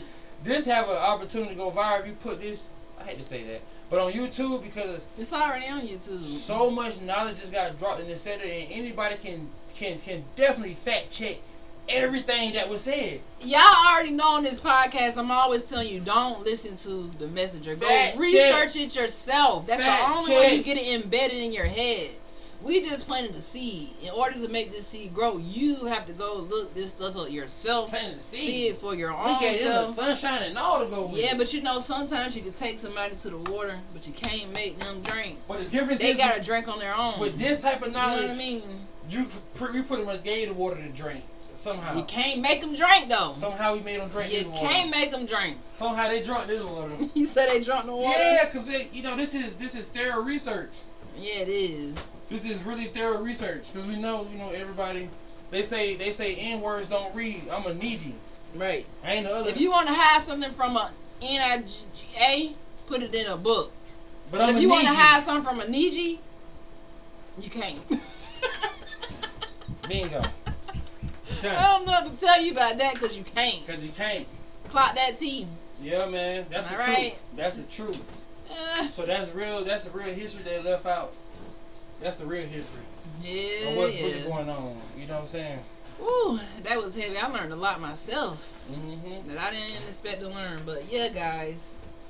You are enough. Don't be full. I think we're gonna end it down. Yeah, don't be. Shut this down. You are more than enough. More than enough. Especially if you know who you are. Heck yeah. Well, you know who you are. Well, you a goddess. You are a Nubian. To my American, to my Tamerican queens, listen. You are more than Niji. You are a goddess. You are a Nubian. And most importantly, I want you to know that you are the most ancient people of this universe. See, this is the biggest secret they wanted to hide from us. This is why they dislike us so much, because we are the most ancient people of this universe. We're older than everybody in this universe. And this is why they want to hide. That's why they want racial purity. Correct. This is why they don't want segregation. Because they can't live from around us. This is why they don't teach you what that melanin do in school. This is why. Correct. Because it's magical, it's powerful, it's sacred. Mm-hmm. You can't denature it. You can't figure it out. So they say, well, since we can't figure it out, we're just going to say it's worthless. No, you can't say that. You can't really say that. Because everything on Earth has melanin. And the sun is what energizes the melanin from the trees and the plants. All that's have melanin. So by you saying melanin ain't nothing, you saying food ain't nothing. You saying life ain't nothing. Animals ain't nothing. Because the most organic thing on this earth is melanin. And we are the number one in melanin. So what that goes to tell you? Melanin. All right. And this is not hate, but this don't call knowledge hate. Yeah, don't call the truth hate. Don't call the truth racism. No. Because y'all been speaking y'all truth. And it ain't even been true. And it ain't even been truthful. So that's really hate. That's really hate. Yeah, that's self-hate. To want somebody to believe in fairy tales and act like it's true. Correct. That's actually kind of like psychotic. It is. It's definitely psychotic. And to not want somebody to know who they truly are because it mess up your life. Correct. That's psychotic. Correct. And to know that you're an immigrant and think you're indigenous is just way out of pocket. That's just psychotic. It just Trump, your parents got here in the 1800s. How you and not even talking about somebody immigrant? But not even trying to call a specific person out, but just saying all of them. Period. We ain't gonna call them names because that's just we don't want to go. All of them. Period. You can't just say. It's just that's the most psychotic thing to me. These people are diehard American. Woohoo! And when we know y'all Europeans, yeah, that's kind of. We know y'all Spaniards. We know, and y'all ain't French, and y'all ain't even them. Y'all just won and beat. I remember these people and stole they hijacked their name just like y'all doing over here. If you don't follow the pattern, they do the same. They ain't even really Romans. They just caught when they defeated them people. They call themselves Romans. So they came over here and defeated. Now they're American Indians. See, you get it now. The white tees took the American part. Native Americans took the Indian part. You see how they did it? They split it. Come on, man. Too much knowledge for the pot, man. Too much knowledge for the pot, but the pot is cooking. The pot is cooking! I'm about to go and find me something to eat now. You sounded very nomadic when you said that, like a Native American. Like you gotta actually go outside and hunt for it. I'm just playing. But yeah, man. Yeah, but the last sauce is this. Alright, this is the last sauce. The last sauce of the pot is this. So the reason why it's so hard to find a lot of stuff about Indians, about us, because they did hide it through paperwork. But the truth is this. We are the Mississippian mound builders, which they call Indians. So technically we really are the Indians, but if you look up Mississippi mound builders and all the tribes under it, it's all the Indian tribes they tried to steal from us. Seminole, Cherokee, Choctaw. This is where they get it from. Creek. This is where they get it from. You get what I'm saying? Because the Mississippian mound builders ties us to the land. The first book published in the Smithsonian is the Mississippian Valley Monuments, the ancient Mississippi Valley and the Monuments. That's the story about us. That's why they left out of history books. When Columbus first came to the land, we was here. The Mississippi Mountain is who they met on the land. It wasn't Native American because the name didn't get coined until 1507. So nobody's name was American in 1492. And way before that, nobody's name was no American. But we was the Thai Americans. They stole that. They took off the T. is try to disconnect the Indian people again. Mm-mm-mm. Yeah, they took off the T. Because remember, they have just came. They was Romans in Spain. They just stole those names. Mm-hmm. So how the hell you come over here now? You Americans. Everywhere you go, you just take the name. How you became American? It don't work. Like, you can't just switch your race. You can't do that. When you come across the damn water and beat and steal people's shit, you can't just. Now you're not European. Now you're American. This is exactly what I'm saying. And now we something that we never even been. Like, correct. Correct. This is why you never let the enemy tell you who you are. And besides, we've been to never do Indies that. because what he said he was going to the West Indies. He was headed to the West Indies. This is before all the constitutional shit came out. Before all the lines with the states and all. This that is all BS. before the 1924 Integrity Act. When they was trying to decode us from Indians to niggas. Remember? This is before all of that. This is 1492. Before this man said we going to the West Indies, which is short for the Indians. Stop it, guys. Before the forced assimilation for you to go to school and recite the Pledge of Allegiance. Right. Before you to go to school and by force and otherwise they're gonna lock your parents up. All that started in like the late 1800s. Yeah, that was late. Yeah. Yeah, but it's still carrying on till now. Yeah. Like the kids still going to school like right now. You know, they still going to pledge their allegiance to the colonizers on Monday. You know what I mean? Like, yeah. So it just still happening. The knowledge is definitely power to wake people up, and we just trying to figure out what's next. You know? Yeah. Education is nothing but immigrant history of control to assimilate and assassinate and to force it down your throat. The Indians of America, of the true top America. That's all it is. It's just that's what it basically is. So if you're going to school, you're basically gonna lose. The Indian gonna be killed. The man's still gonna be alive. Pretty much. That's now you're gonna just be a worker. Yeah, because that's who. A maid. What they said, they train you to go to school to be a maid, a cook, or a warehouse worker, or like a they help CNA to be a worker. That's all you're going to do, be a worker. Yep. And who are the workers over here? Think about it. They need you. And you still living like that, you don't even know where it came from. Don't know why you stressed the hell out. But yeah, that's why, and last thing I'm going to say this is why all those pictures at the Carlisle Indian School, that's why they had to do that.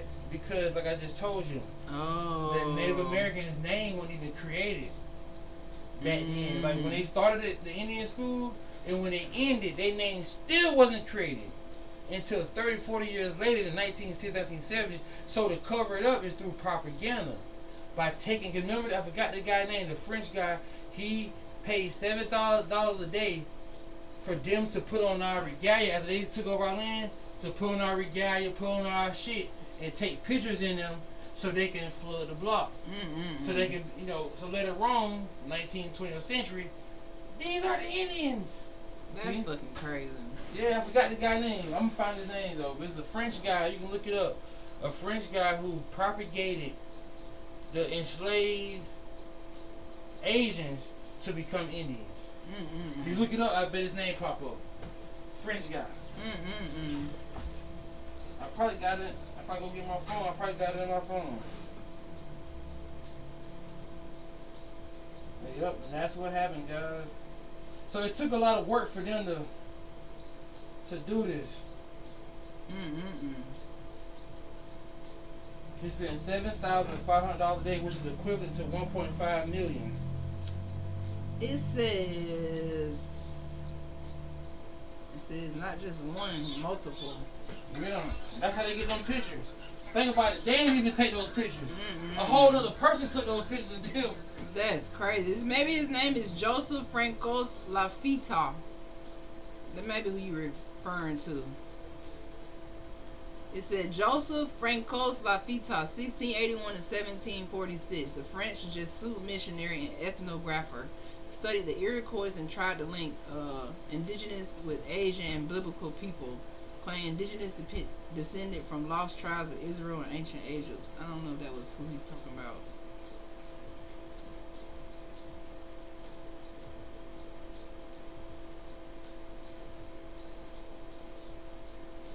You're going to have to give me more information on that. But, wow, this has been a very, very historical, mind-blowing live, and it's pretty much tying into what we started this live for, to let you know that you are more than enough, and don't be fooled by participating in the matrix.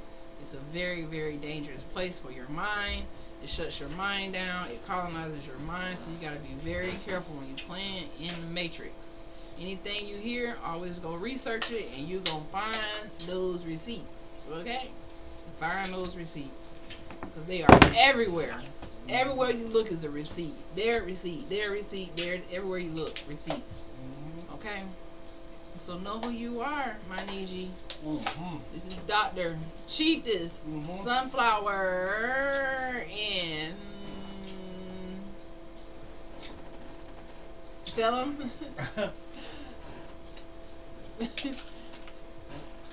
Chief Sacred 9.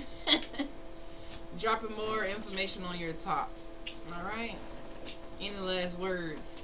Knowledge and information is power. Knowledge and information. You heard it here first. Knowledge and information is power. Peace.